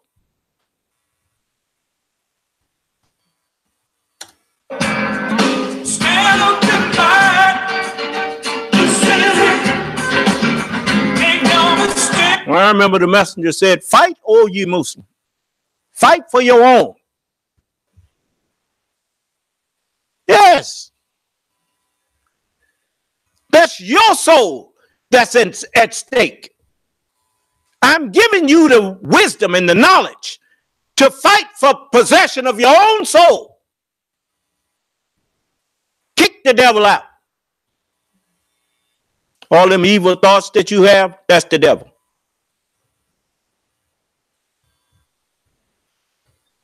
And it's your evil thoughts that devises illusions for you to live under.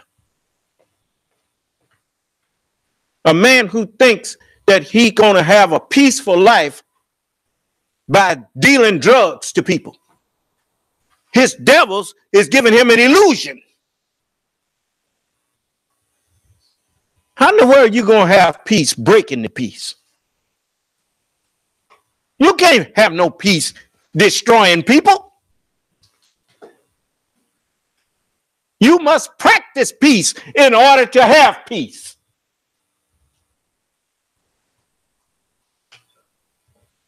You don't get the reward of goodness unless you do good.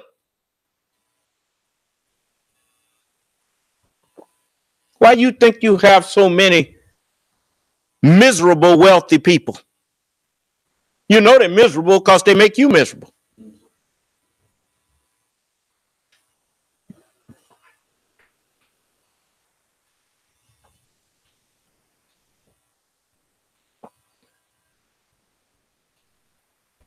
And that's what the scripture says. This is over here in Revelation, around the 2nd or 3rd chapter. It says in the 3rd chapter, in the 17th verse, it says, because thou, well, let's read a little bit. On the 14th, the 13th verse. He that hath an ear, he that hath a spiritual ear, let him hear what the Spirit, since Jesus said God is a spirit, the God, Allah, let him hear what Allah saith unto the continents, the churches. Remember, he said the 7 churches of Asia, the 7 continents of earth. And unto the angel of the church of the Laodiceans, write this. These things saith the Amen. The one who says be and it is. The faithful and true witness. The beginning of the creation of God. And I am the beginning. I'm the beginning of the thoughts of God being put in your brain where you could understand them. I know thy works, that thou art neither cold nor hot. Cold nor hot meaning that you got people that's agnostics. They can take or leave God. They done heard so much foolishness about religion, you can't hardly blame them. He says, I would thou wert cold or hot.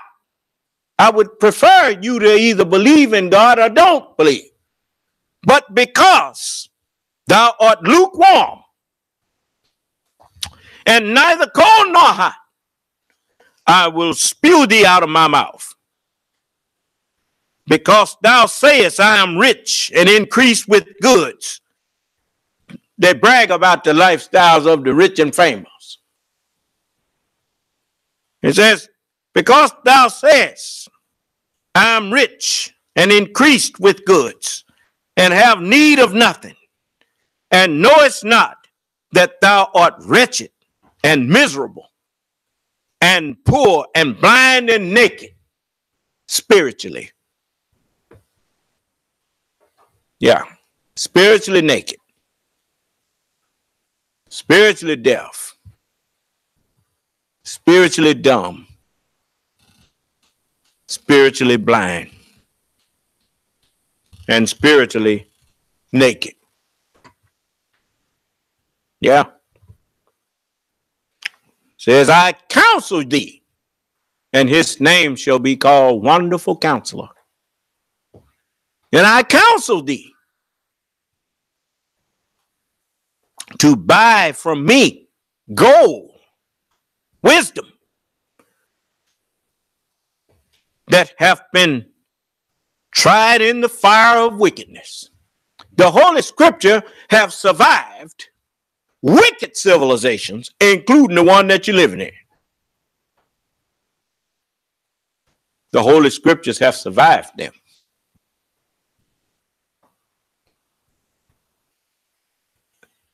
Gold that hath been tried in the fire. And it says, that thou mayest be rich, and white raiment, that thou mayest be clothed. Why I say white raiment? Because I'm able to forgive sins.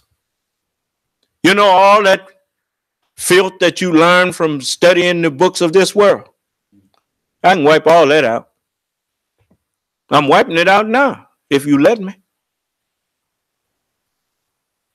I'll make them pages as blank as if I took an eraser and just went all through there and erased it off. Give you a new mind. That's what actually happens with the immune system. It takes something that was poisoning the body, that was making the body sick, and converts it to something that's harmless, and then that thing that's converted begins to help convert others. And it makes the body well, giving it a clean slate. Do you understand? So,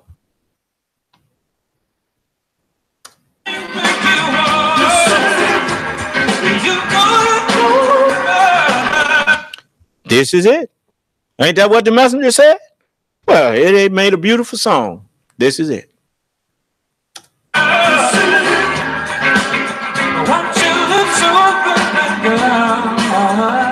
No one can tell you for you know.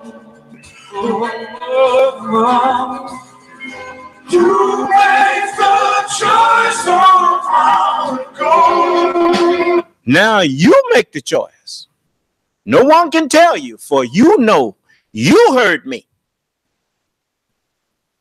Now you make a choice on which way you'll go, on how your life will go after hearing me. Stop worrying about what somebody gonna think about you if you believe in me. Whosoever shall be ashamed of me and will not confess me before men, I will be ashamed of you. Yeah, people would walk around here. You hear a lot of people walk around talking me down. But what they doing compared to what you see me doing?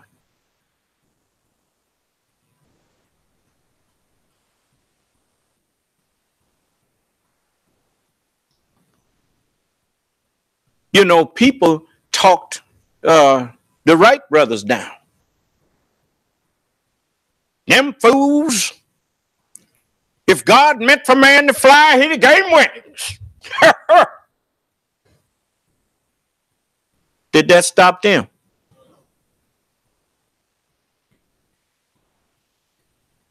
How many people wish that they had invested in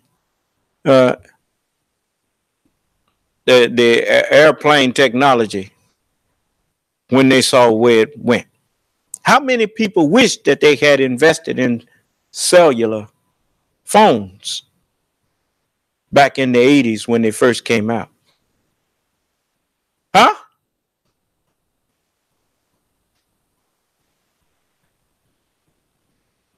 I mean, they had phone booths all over America. Nobody need no cellular phone. Huh? Yeah, but the people who had the vision to invest in it,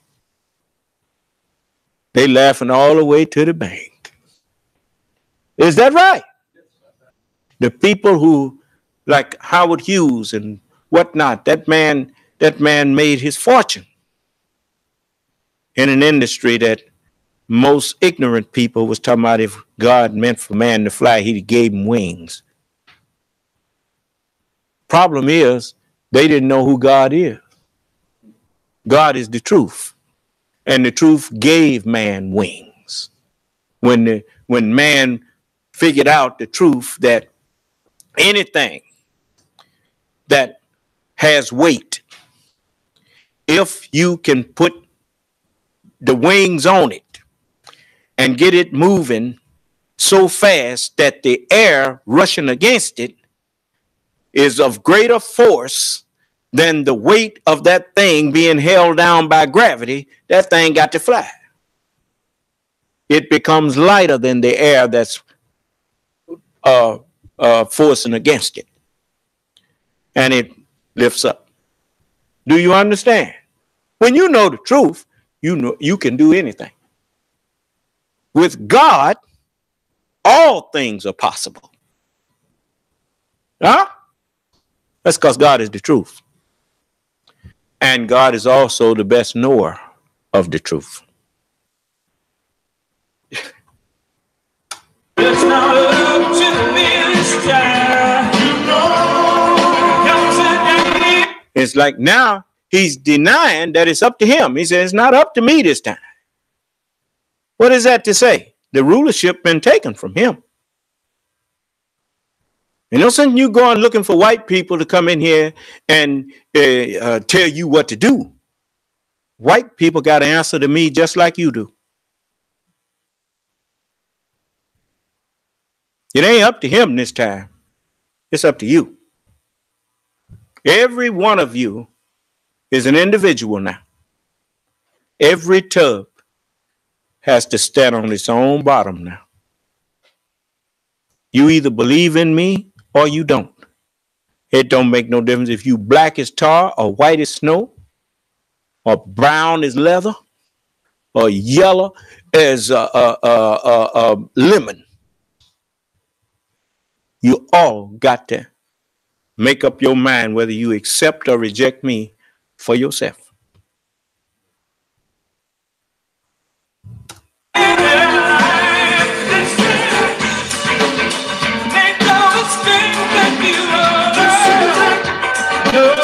Why I say make no mistake where you are? That means make no mistake where you are in time. You're in the Sabbath day.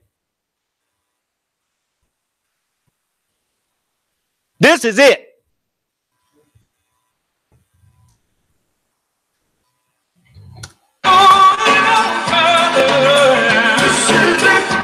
You going no further. You at the point now where everyone, if you want to stay on this earth, you got to change. You going no further with your wicked way. This is it. The choice is up to you.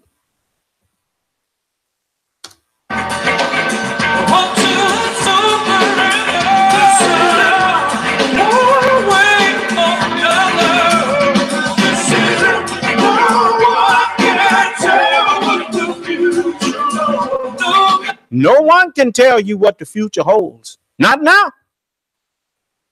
The Honorable Elijah Muhammad told everybody. He said, the scientists, after the coming of the Son of Man, they couldn't see nothing else. Why? Because I make all things new. Solomon couldn't see nothing new. He said, that which has been will be. That which will be has been. And there's nothing new under the sun. But he that sitteth upon the throne hath said, behold, I make all things new.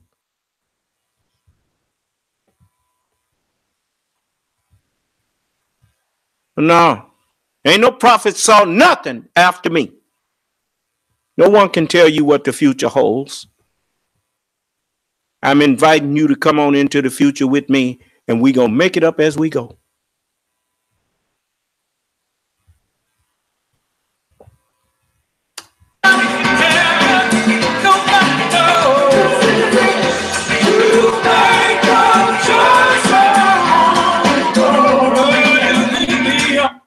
You make the choice of how it goes.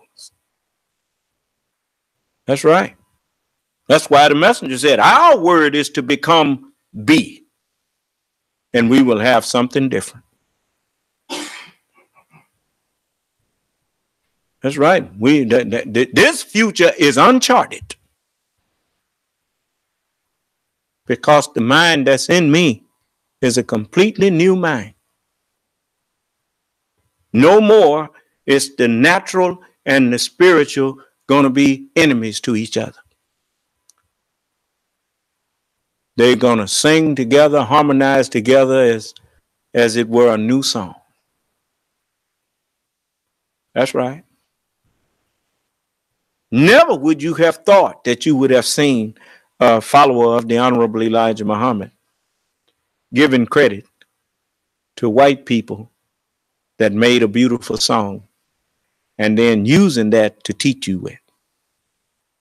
And you got to bear me witness. That's a beautiful song. And they made a lot of beautiful songs. Why not? They came out of us.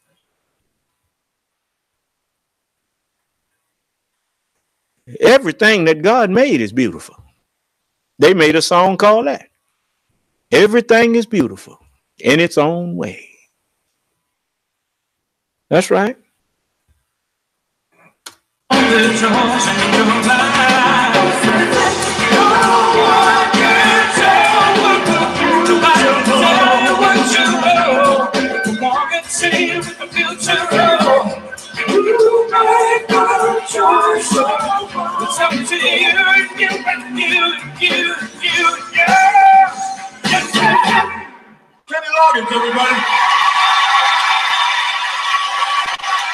You make the choice of how it goes. Yeah, and my choice is to save everybody who want to be saved. That's my choice. So we're gonna give everybody a clean slate. Now, let's do right by each other. Stop destroying the earth because you love money more than you love one another.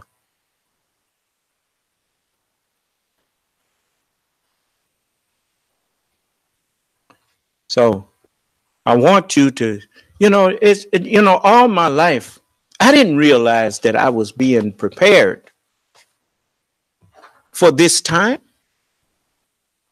Like when I was in church on Sundays, they had the Reverend Bradley. That was one of our reverends when I was growing up, Reverend Bradley. I think it was R.L. Bradley.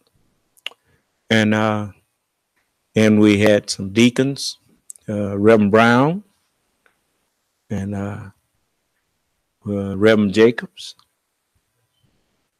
And each one of them, they were more like parents to us than they kind of were like our parents.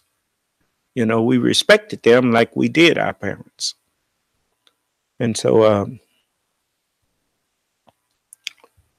I think back over how they, I remember Reverend Brown was the one who baptized me. Took me down that pool and put me down in there 3 times.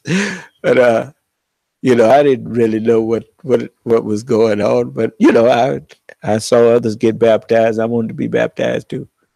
And so, just like I heard Minister Farrakhan say that the Honorable Elijah Muhammad did away with Father, Son, and Holy Ghost. No, he did not. The Honorable Elijah Muhammad did away with the misrepresentation of what Father, Son, and Holy Ghost meant. The scriptures are true when it says that we baptize you in the name of the Father and of the Son and of the Holy Ghost. That does not mean what you thought it meant. For God is the Father. God is the truth, the Father. God is the Word, what the truth produces. But God is also the Holy Mind that is invisible. And those 3 are actually one. The Word, the Mind, and the truth that produce them both. These 3 are one.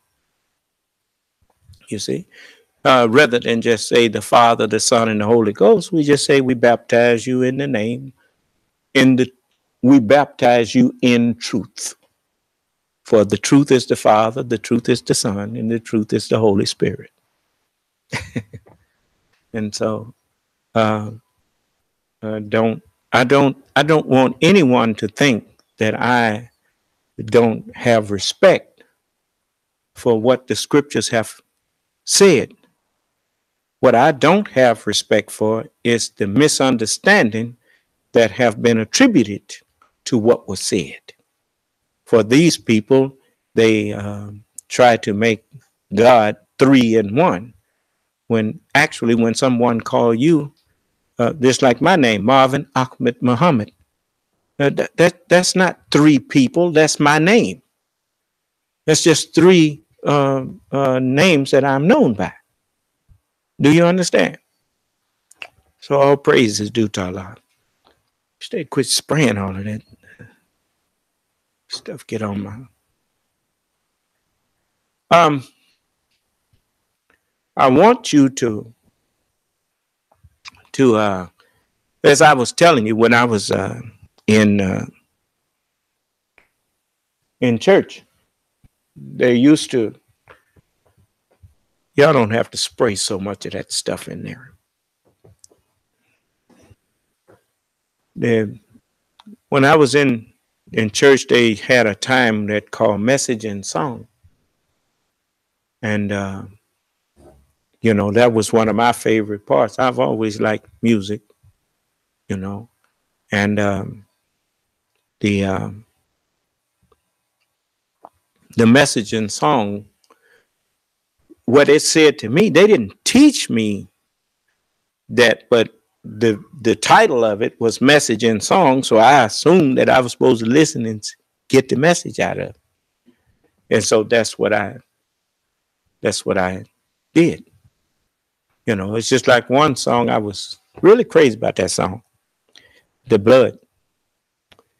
It says, the blood that Jesus shed for me way back on Calvary. It says, the blood that gives me strength from day to day. It will never, ever, ever lose its power. And it reaches from the highest mountain and it flows to the lowest valley. And that blood that gives me strength from day to day, it will never, ever, ever lose its power. And as Jesus said this, he said that heaven and earth shall pass away, but my word shall not pass away. And he said, the words that I speak unto you, they are spirit and they are life. The blood is the life of the creature. So the blood is the word. And this word of all of the messengers of God, they will never lose their power to make human beings human and righteous, humane. To be humane is to be righteous. You see, that's just another word for righteous. To be upright. To be benevolent. To be kind. That's why even in this world, when people are at war, it's just certain things that even in war, you don't do to people. They call it crimes against humanity. That's why the scripture refers to the civilization that I was born in. It says, I was born in the midst of 4 beasts. People in this world, they don't care how they treat each other. The more they can hurt you, the better they feel.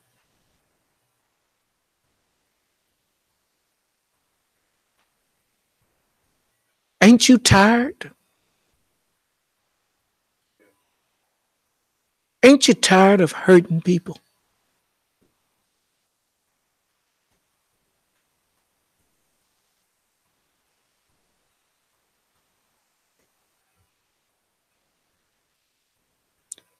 How could you experience being hurt and then want to go and hurt people?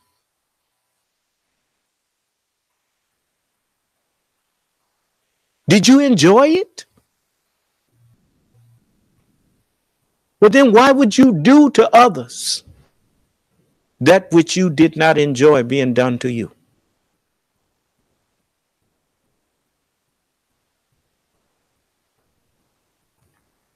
And the only reason that you would want to do that is because you didn't get nothing out of the prayer Jesus gave you, because you never practiced it. As we forgive those who trespass against us.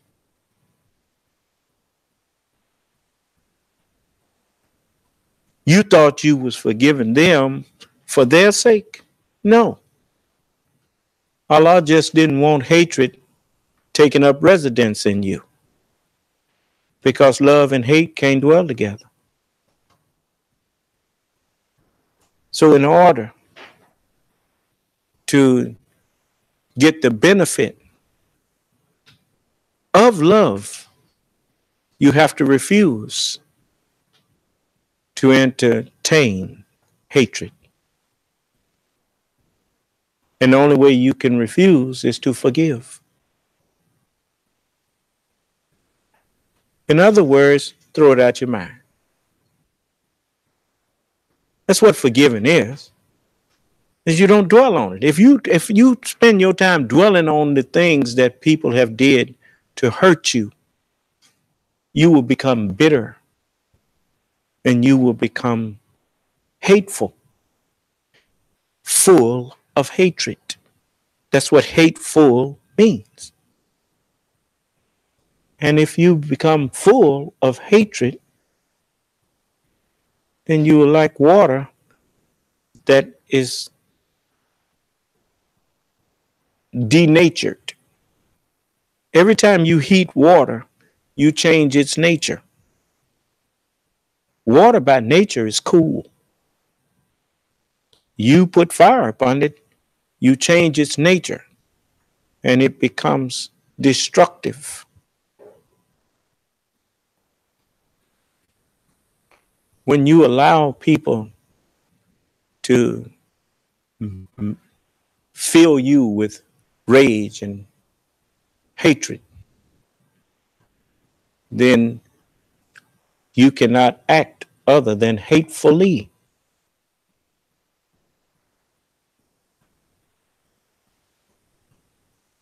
When you see that you can't get along with people, get away from them.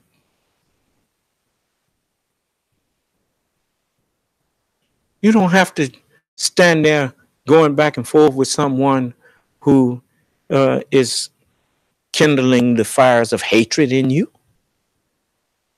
You don't want to be fuel for their fire. You understand? Dignify yourself. That's what the truth does. That's what righteousness does.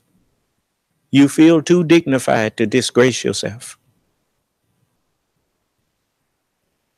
with unbecoming conduct, with unbecoming practices. Whatever you practice, those are the thoughts that you are conducting.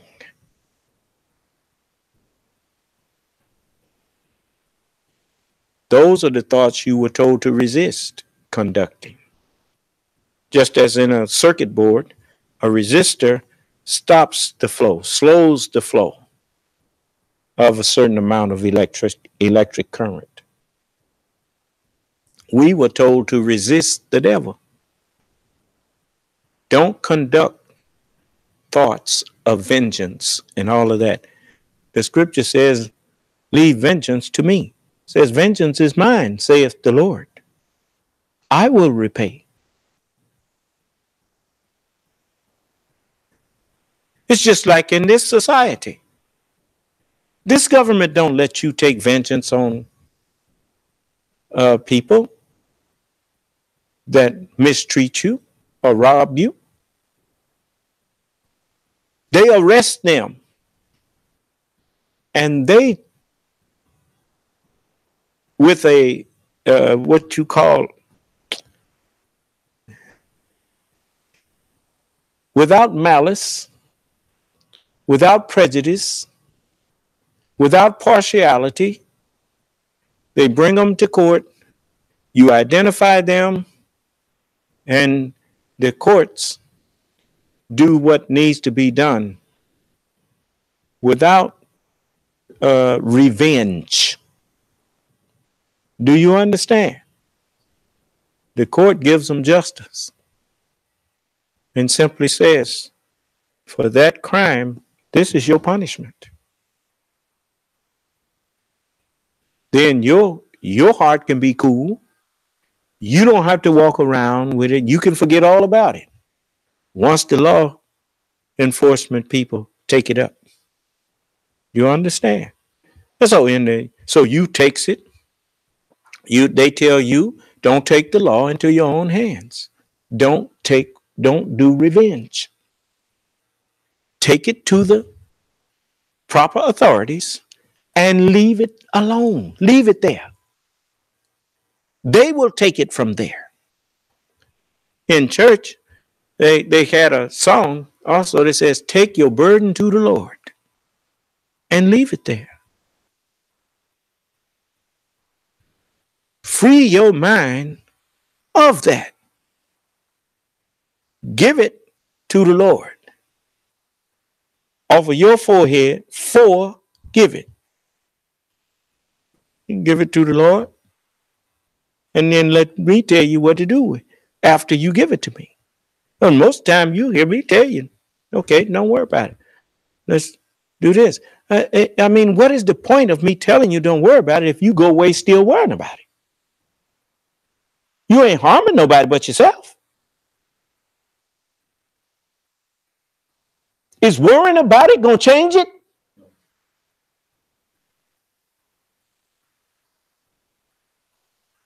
I have learned to do with thoughts that break my peace, that I can't deal with at the time. I've learned to do those things like you do packages when they get too heavy if you're carrying them a long way. Just set it down. You can pick it back up later if necessary. But you don't have that worry. All you have to do is do like I tell you. If I tell you, okay, don't worry about it from now on, I'll deal with it, then wait on me to deal with it. Because it sure ain't worth you running your blood pressure up over. It sure ain't worth you making yourself sick.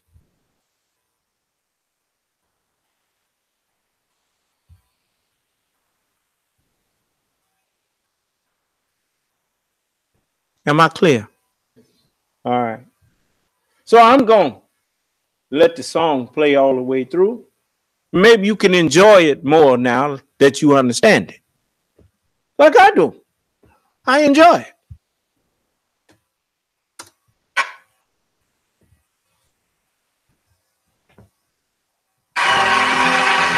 Another song I had the great pleasure of writing with Mr. Michael McDonald. Kenny Loggins, everybody.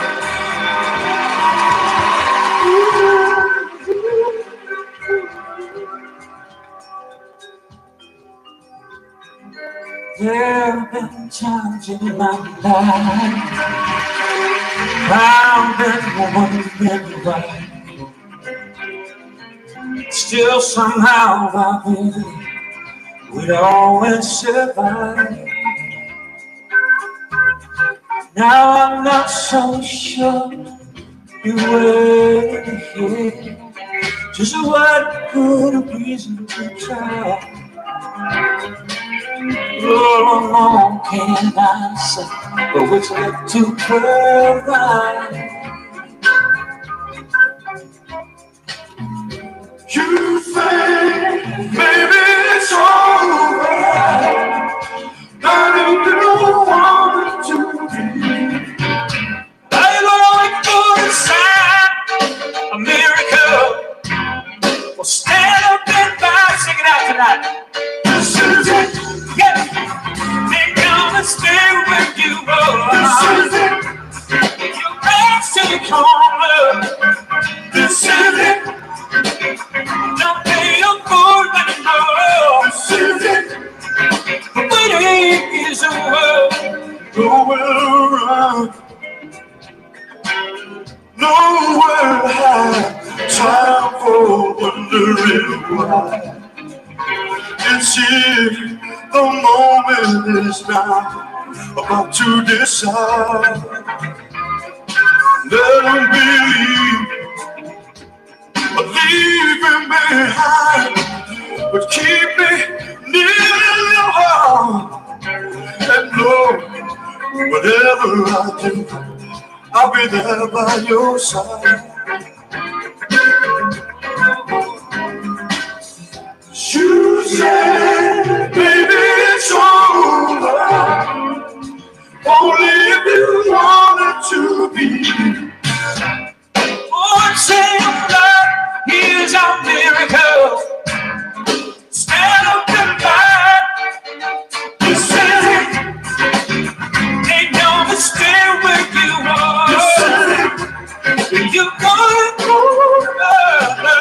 This is it. Until it's open down, no one can tell you, for you know.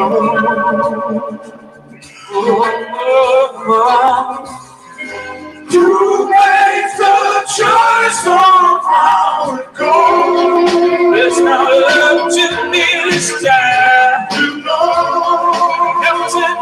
in their life. Make no mistake with you. You're going on further. Want to surrender. Wait for another. This isn't no one can tell what the future holds. Nobody can tell. Nobody knows. You make a choice. You may be on the torch in your mind. No one can tell what the future holds. Tell what you know. Long and see what the future holds. You make a choice. It's up to you, you, yeah. Yes, Kenny Loggins, everybody. Kenny Loggins. I love you, Mike.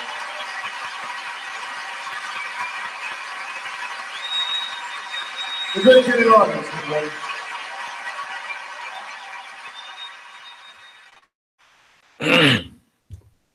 Yeah, that's a deep song. This is it. I'm telling you, this is the end of the world and the beginning of the world.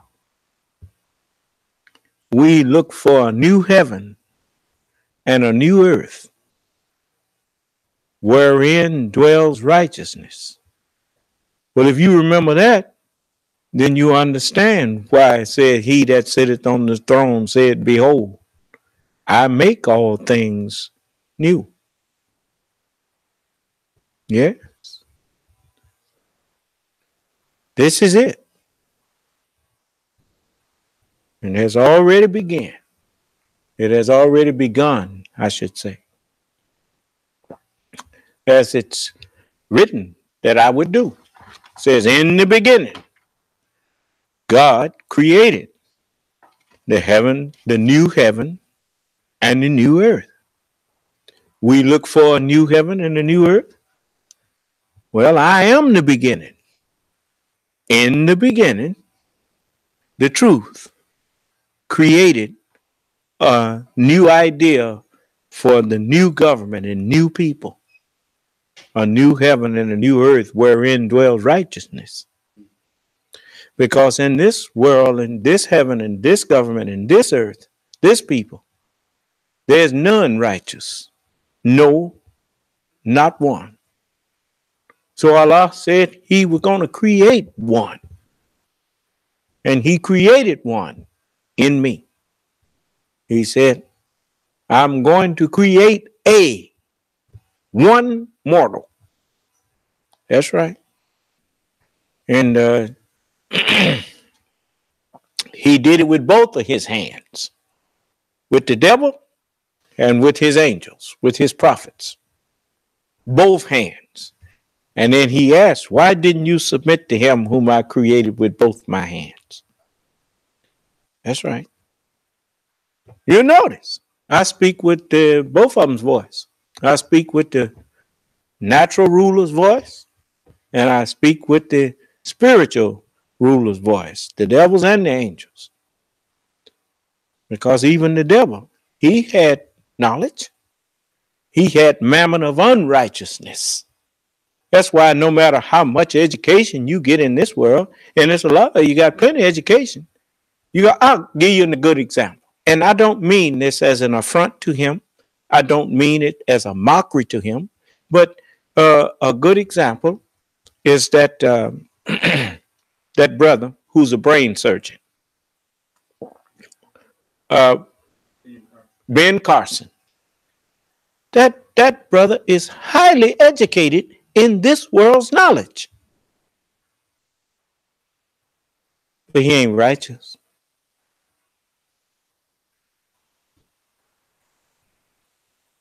Matter of fact, he's a long way from righteous, supporting Donald Trump. And I don't mean supporting Donald Trump, the flesh. I'm talking about the mind that's in Donald Trump. Anytime you support a liar, you have to be a liar too.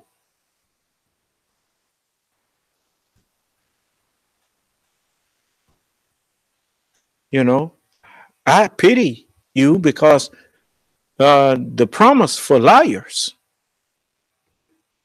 Let me read it to you. This over here in the book of Revelation. And it's almost the last page, but it's not quite. It's just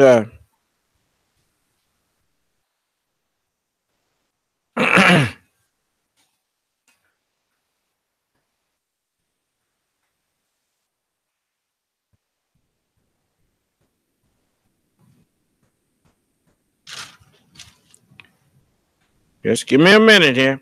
I want to find which one I want to do here. It's in the 21st chapter. And the 8th verse. It says, but the fearful. You know, that's all y'all who still can't get past fearing white people. So you scared to join with me to go on and do for yourself and quit worrying about what they gonna do to you. If they can do so much, how come they don't do it to me?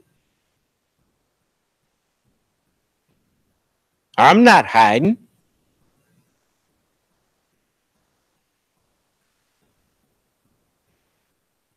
You afraid to serve God because the white man threatened you? What God you believe in?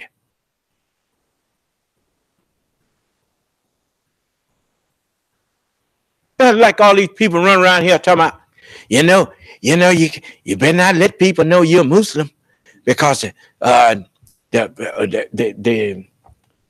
people is against Muslims. And I told you when you was talking that crazy mess.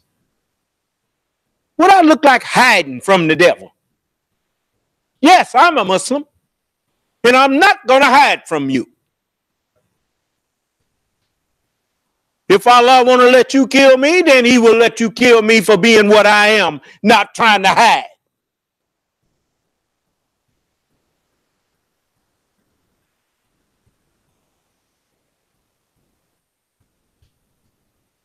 But the fearful,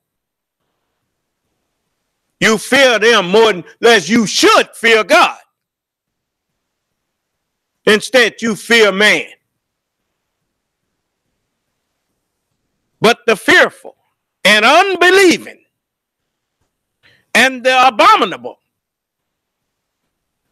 If a man lie with mankind as he lied with the woman, they have both committed an abomination.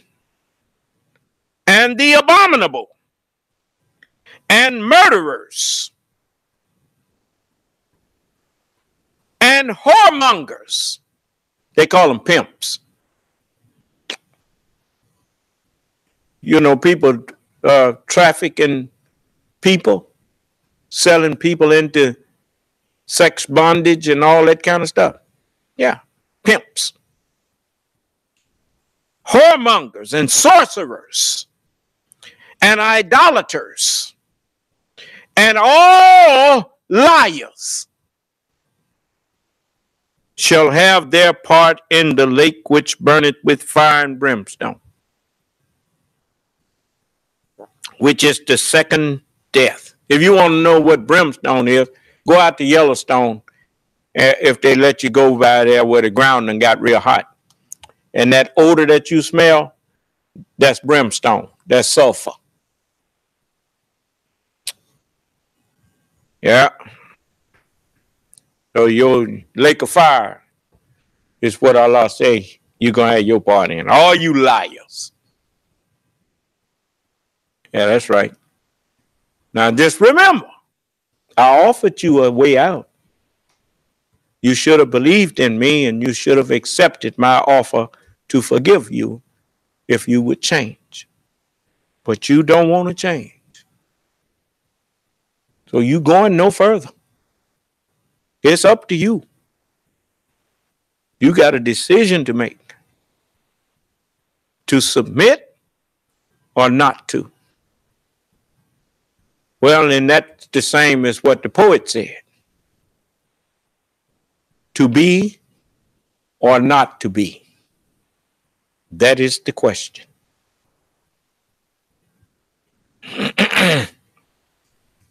If you don't want to be something new, the old thing that you've been finna be erased.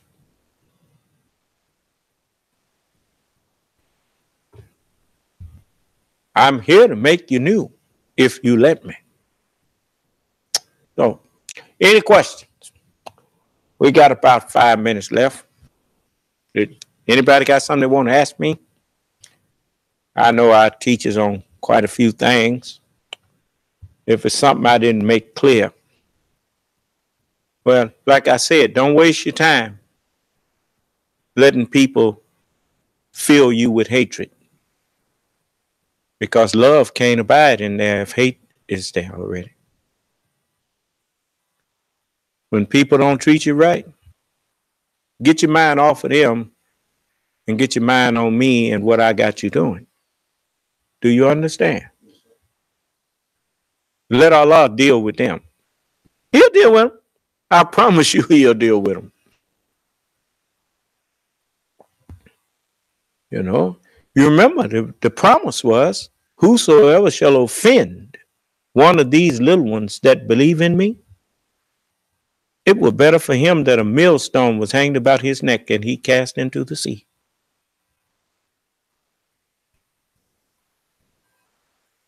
Anyone that claims to love God and hates his brother, the love of God is not in him. You hate the wrong one. You should hate evil. I hate evil. I don't hate flesh. That's why the minute someone repents of whatever evil they did or doing, they all right with me. Because I just hated the evil. If you hate flesh, people can't even repent as far as you're concerned.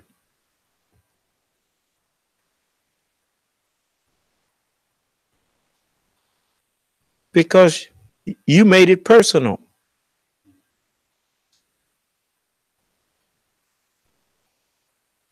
All right.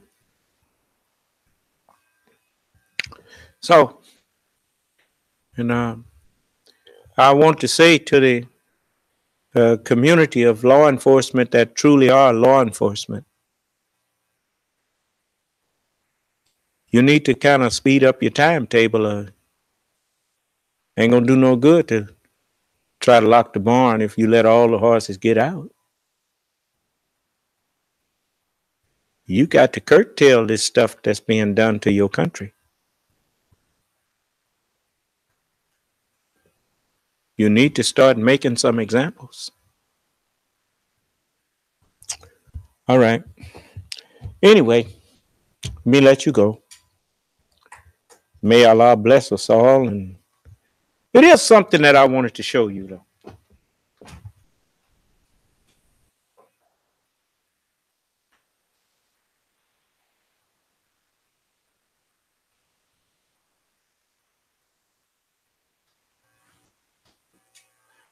I think you needed to see this.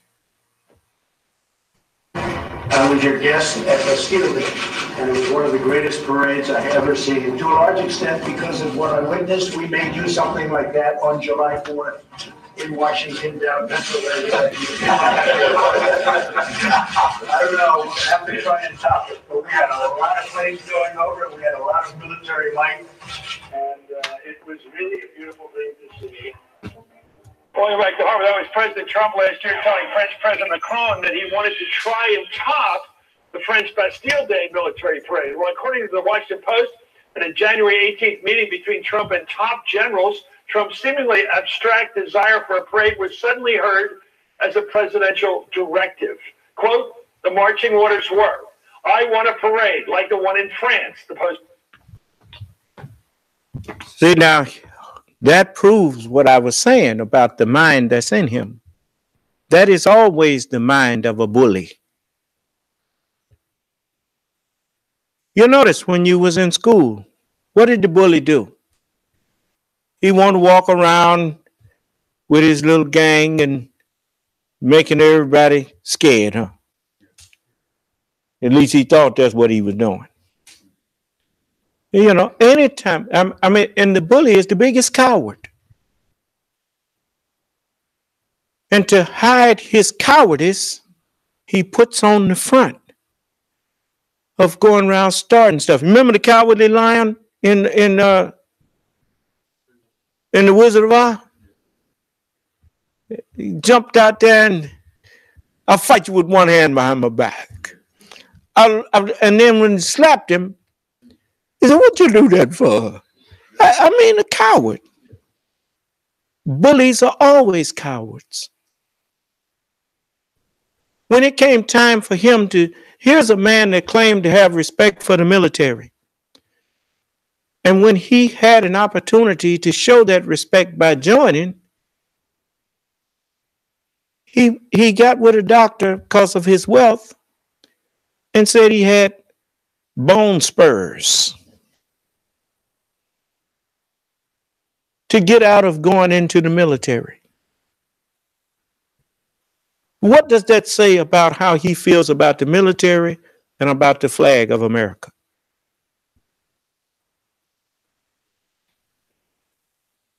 Now he wants a parade. A parade for what? Because he's envious of the people that marched in front of their president to show that, show that they are, I don't know what that's for. I mean, you don't need to show off. America don't need to show off. Everybody know America tough.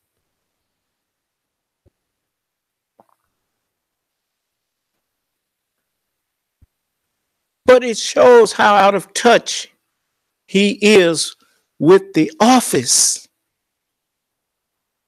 of president of the most powerful nation on earth.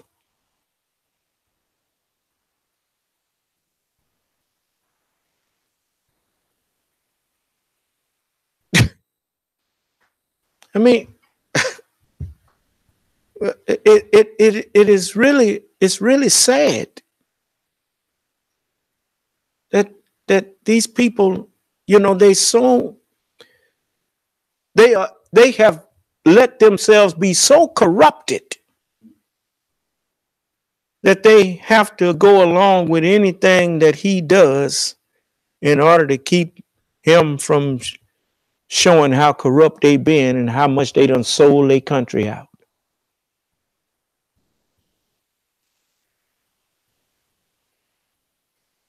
Just what? Just listen to this. Some of them that's not in the Congress and in Grover Norquist and all them pocket, you hear them telling it like it is. What's it? Reports quoting a military official. Secretary of Defense James Mattis, Mad Dog Mattis, today said the military was presenting options for the parade to Trump right now. Let's watch. I think we're all aware in this country of the president's affection and respect for the military. We've been putting together some options. We'll send them up to the White House.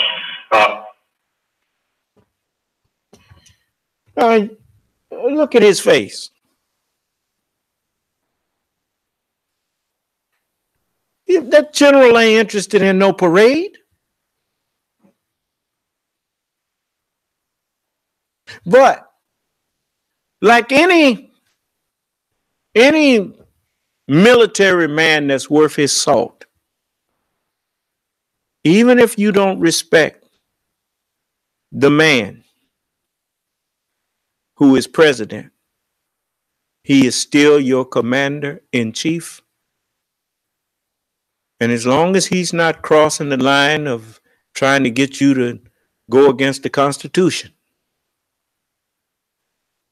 He's still your commander-in-chief. Now, that's what being a man is about.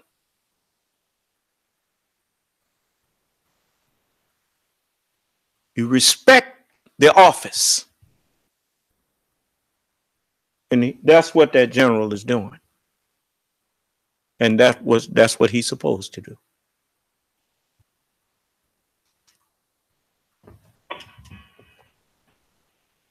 For decision.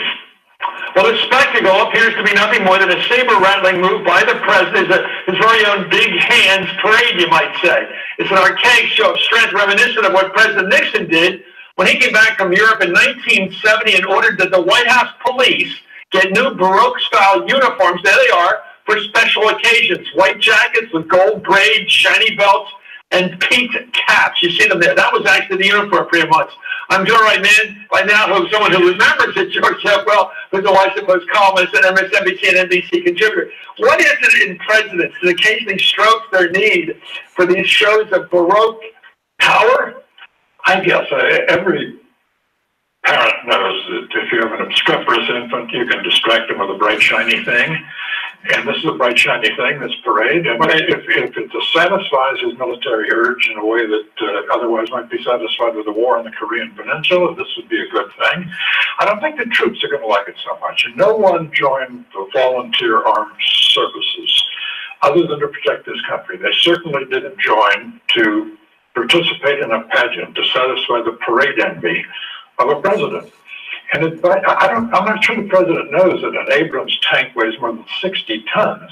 So if you're going to bring in Abrams tanks, it's going to be expensive and difficult and might chew up Pennsylvania Avenue a little bit. And the idea, I hadn't thought of it.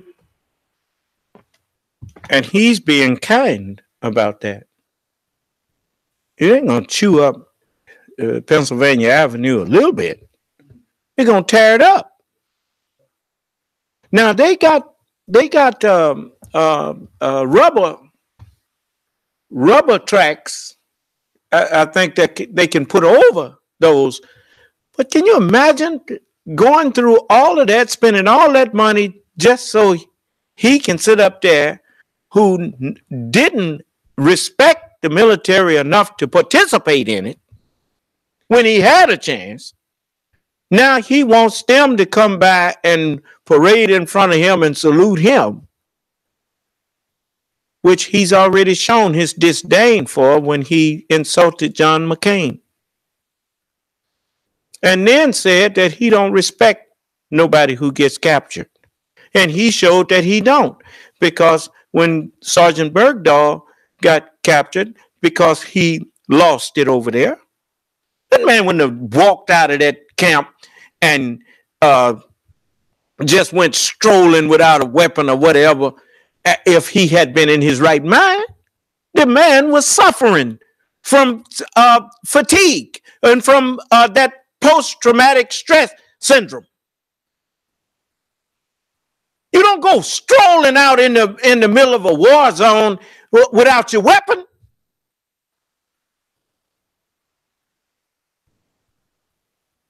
And then he calls Bergdahl a coward.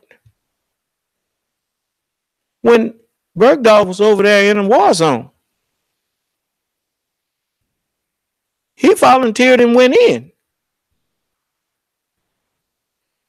This man evaded being drafted. The one who called Bergdahl a coward.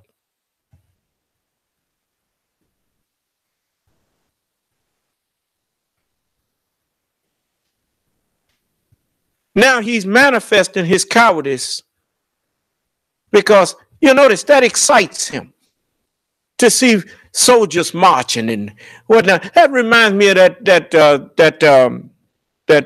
joke cartoon where the man sitting down talking about work fascinates me. I can sit and watch it all day. Military fascinates him. He can sit and watch it all day.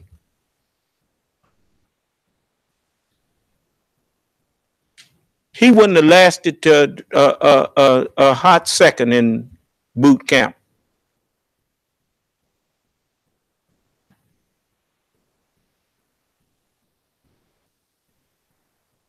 You can tell the man he too self-absorbed. He'd probably went crazy, and them DIs probably would have wound up hurting him. Because, you know, I mean, the man, he might have been out on a medical discharge by this time. Because his mind is kind of, you know, loose when it comes to knowing how to submit to authority and at the same time keep your individuality. You know, I mean, he have a hard time submitting to authority. You understand? He's used to talking down to people. You see, that's why he does not know how to be in authority, because he has never been under authority. In order to know how to be over other people, you need to have some experience with what it's like to be under someone. You see?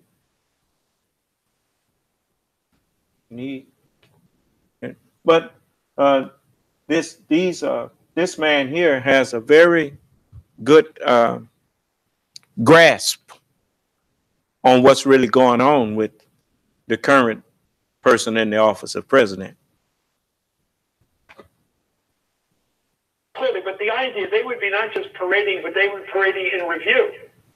And the commander-in-chief would be the one returning their salutes. It would seem to me that would be part of the spectacle. We've done this before, after the Civil War ended, after the victory in World War I, after the victory in World War II, after the victory in the 1991 Gulf War. What are we commemorating this time? There's no particular victory involved. It's strange. Anyway, Senator John Kennedy of Louisiana warned today that a military parade is something that North Korea or Russia would do, not the United States. Let's hear from him. I think confidence is silent and insecurity is loud. America is the most powerful country in all of human history. Everybody knows it, and we don't need to show it off. We're not North Korea. We're not Russia. We're not China. And I don't want to be. And for that reason, I would be against flaunting our strength. We don't need to. Everybody knows we have it. It's hard to beat that. It's very well said. And North Korea can't make food, can't make shoes or butter or poetry. What they can do is make them a third world country with first world missiles or getting there. The United States uses its military to protect what we're proud of, that is freedom. So we don't need to do this. And the idea of just using these men and women as a prop to satisfy the kind of animal spirits of the president seems to me unworthy. You think there's another piece of this totalitarianism? I just wonder whether there's a reason why we grew up watching May Day parades and watching parades down at Unter den Linden with Nazis. And it seems like people, all powerful leaders, like parades. It's just a fact. They do, and that's the difference between people who have a parade for the parade's sake.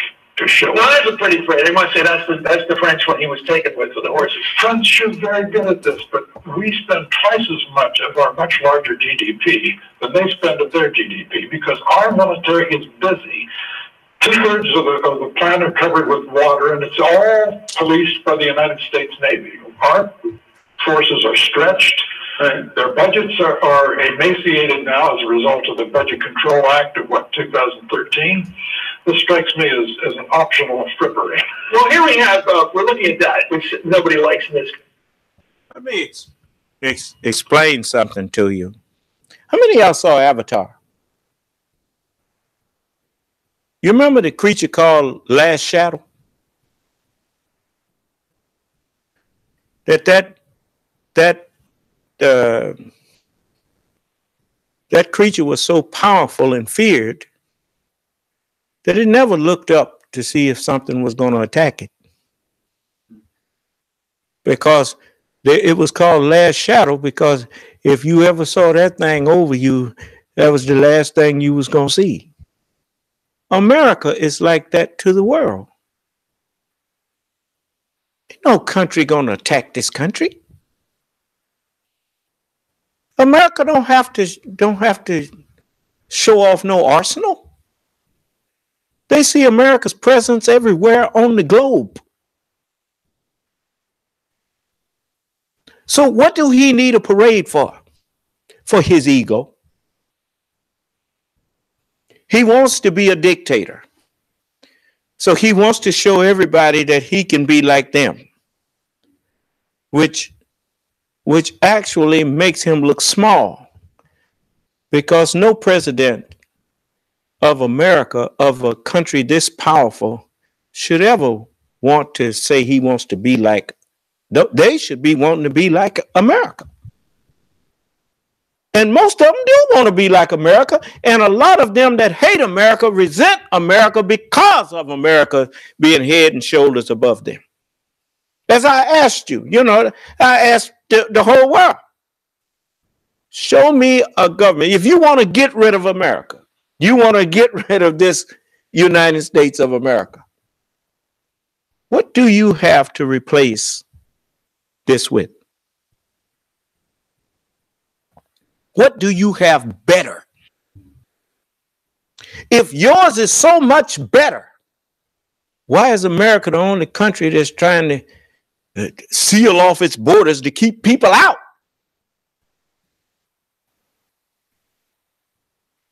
And even then, that even in his foolishness, he is showing you something that he can't see.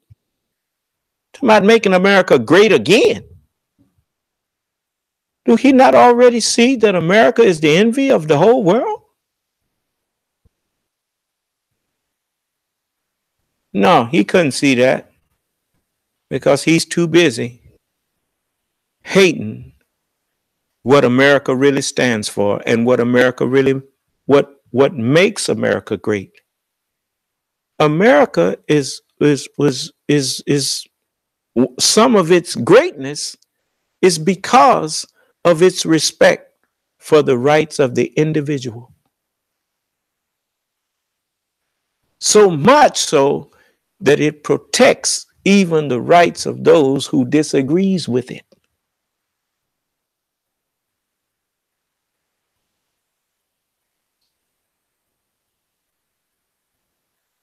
That's a lesson I learned from growing up in America. That when people disagree with you, the first impulse when you think you're really right and somebody disagree with you, the first impulse you have is, who are you to be disagreeing with me? Well, you ain't got no right to be. And if you're in authority, you want to do something to them. But I learned better than that because I grew up in America. That when people disagree with you, you should respect their right to do so, and you should be willing to hear their disagreement. And that's where diplomacy comes in, and that's where reason comes in. And that's what keeps a society from imploding, is when the people really feel as though they have a say, as though they can express their opinions. And if their opinion is wrong, the powers that be will take the time to reason with them and show them.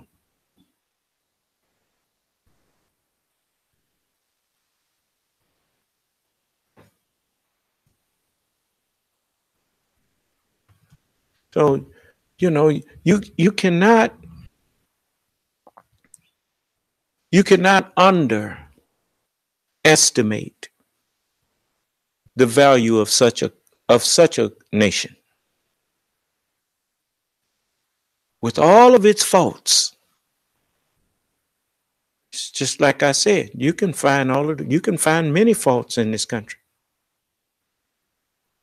But there's good there too.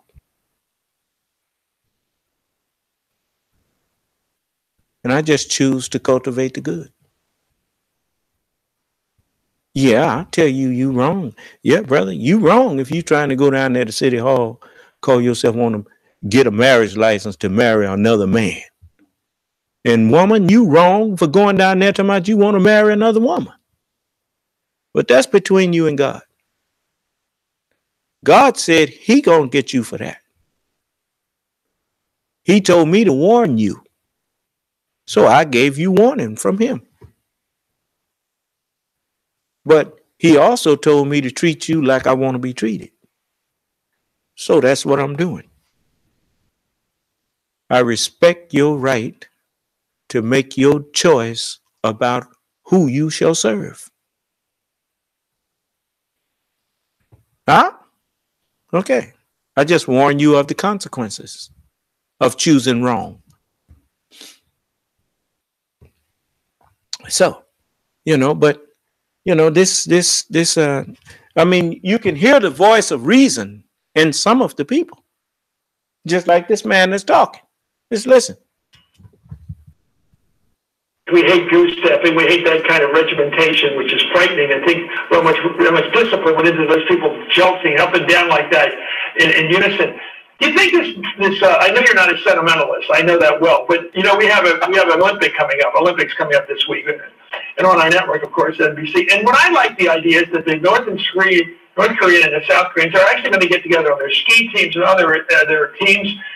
I wonder if that's running into the face of a war on the Korean Peninsula. They're not looking like they want to go to war with each other. Well, they've been living together for a long time, and I think they're used to it.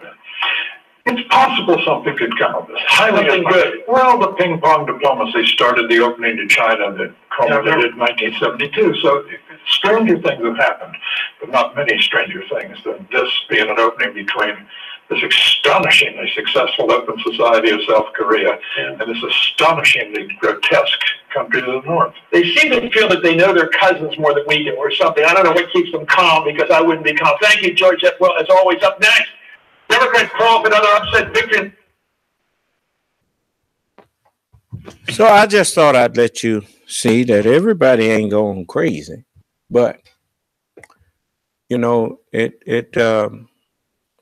I know the wheels of justice, as they say, turn slow in America, but sometimes you may, because of the urgency of moments, you may need to help them along a little, move them along a little faster to make sure that don't nobody burn your house down.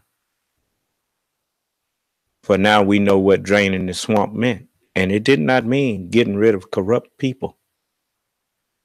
It meant getting rid of the government, period.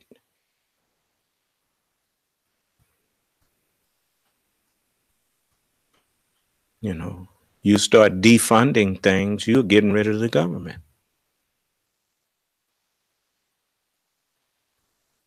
Did you ever ask yourself, on what basis? Don't you think before people need to get rid of something, they need to explain to you why it's being gotten rid of? Because to just get rid of it on a whim, it makes no sense. Because it wasn't set up on a whim. Something caused that bureaucracy to be set up. It's just like the Food and Drug Administration. It's just like all of these watchdog bureaucracies. It was checks. That's what America is. It's a system of checks and balances. Somebody saw the need to put those things together. Why wasn't there a debate about it before dismantling it?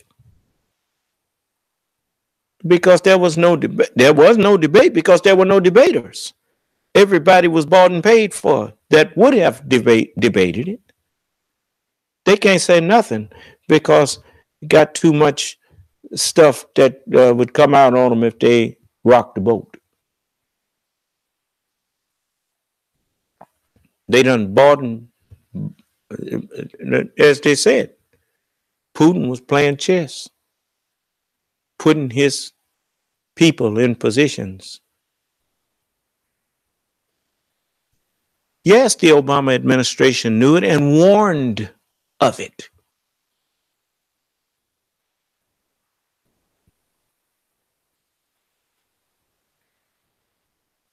As I was telling you that I see the traitors in the government.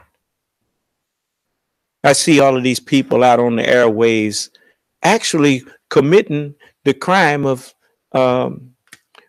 insurrection, promoting insurrection. When you try to tell people that they should take up arms against their own government, what are you promoting, man?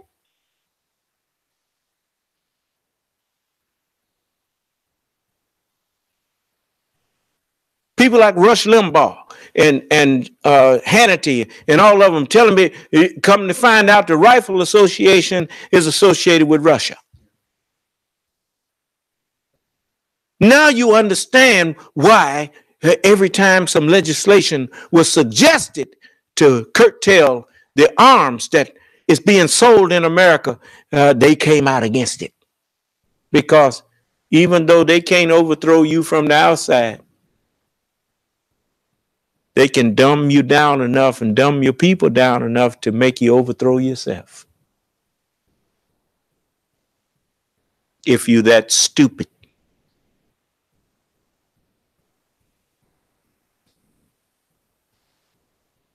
That's the problem with being the greatest nation. The enviers are always looking for ways to bring you down because they can't come up to you. They look for ways to bring you down to their level. That's what he did when he was running for president. He couldn't measure up to the status quo for what you normally expect for presidents. So they used the media and whatnot to lower the standard. And now you got everybody and his brother talking about they're going to run for president. You done made that mistake once.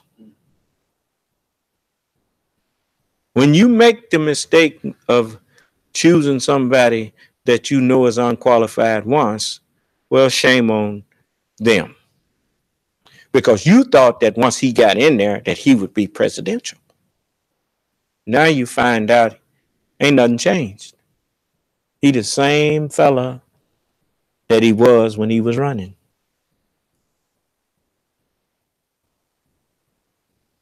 Now you know anybody just cannot be president of the United States.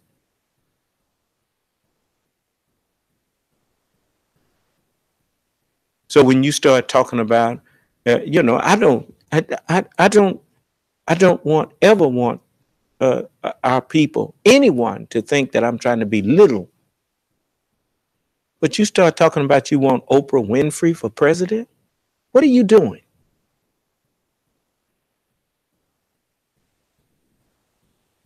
Haven't you got enough of trying to put people in that position that know nothing about politics?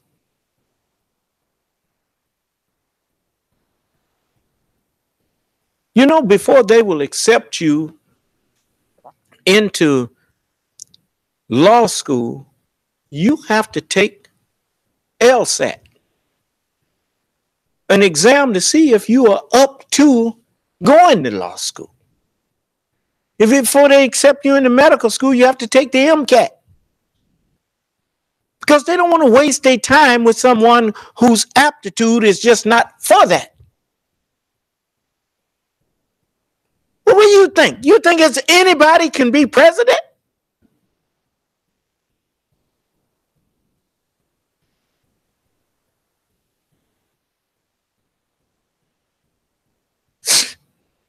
Anyway, let me let you go. I haven't held you longer than I intended to. I apologize for that. May Allah bless us. Oh, someone had asked me about Saviours Day. So let me clear that up.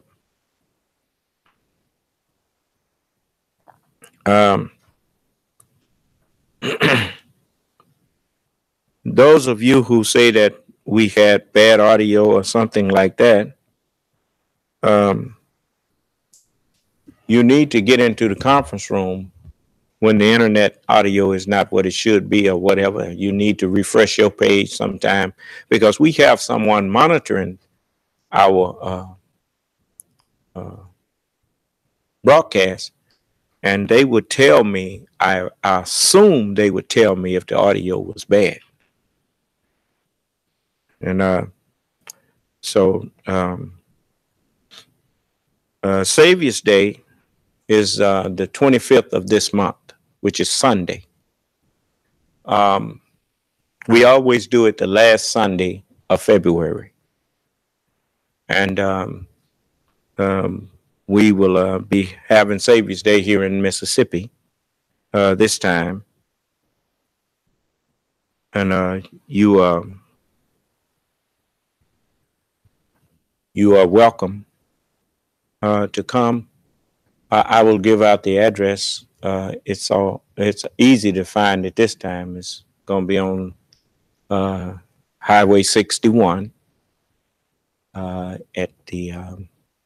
I'll give you the address Friday, and we will. The doors will be open at 2:00, and we will be having our Saviours Day convention there. And we look forward to seeing many of you face to face. So just be looking for that. I need that address. Okay. The name of it is the Exchange Center. The address is 13740 Highway 61, and it's on the north side.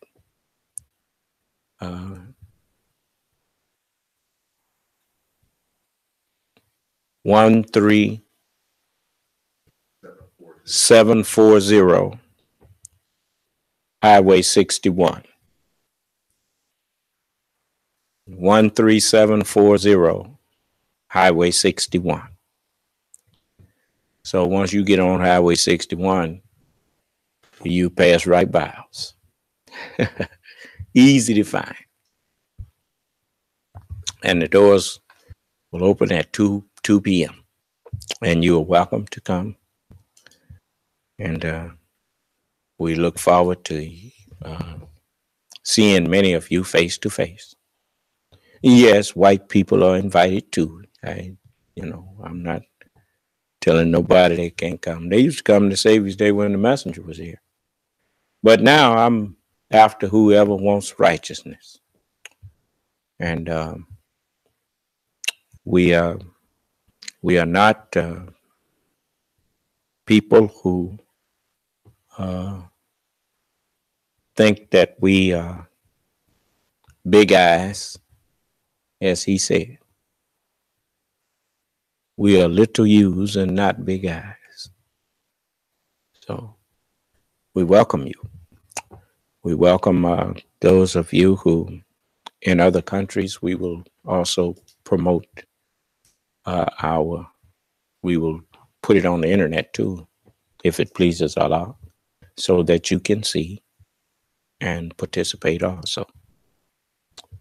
I thank you for indulging me for this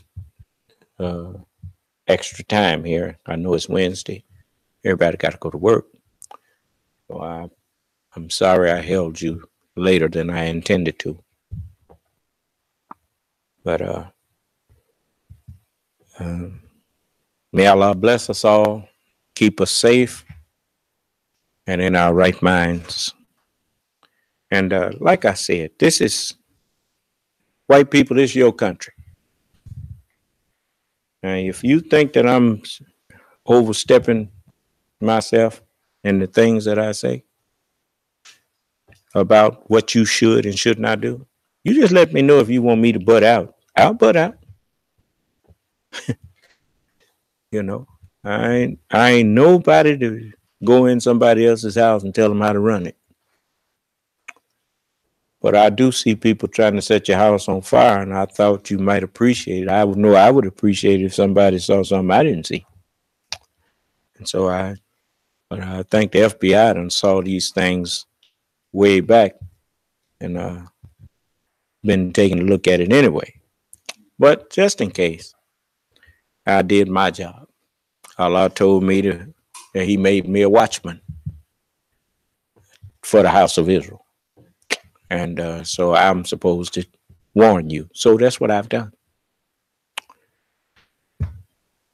So may Allah bless us all and keep us safe and in our right minds. May Allah's Salam Alaikum. Our conference session is no longer being. Goodbye.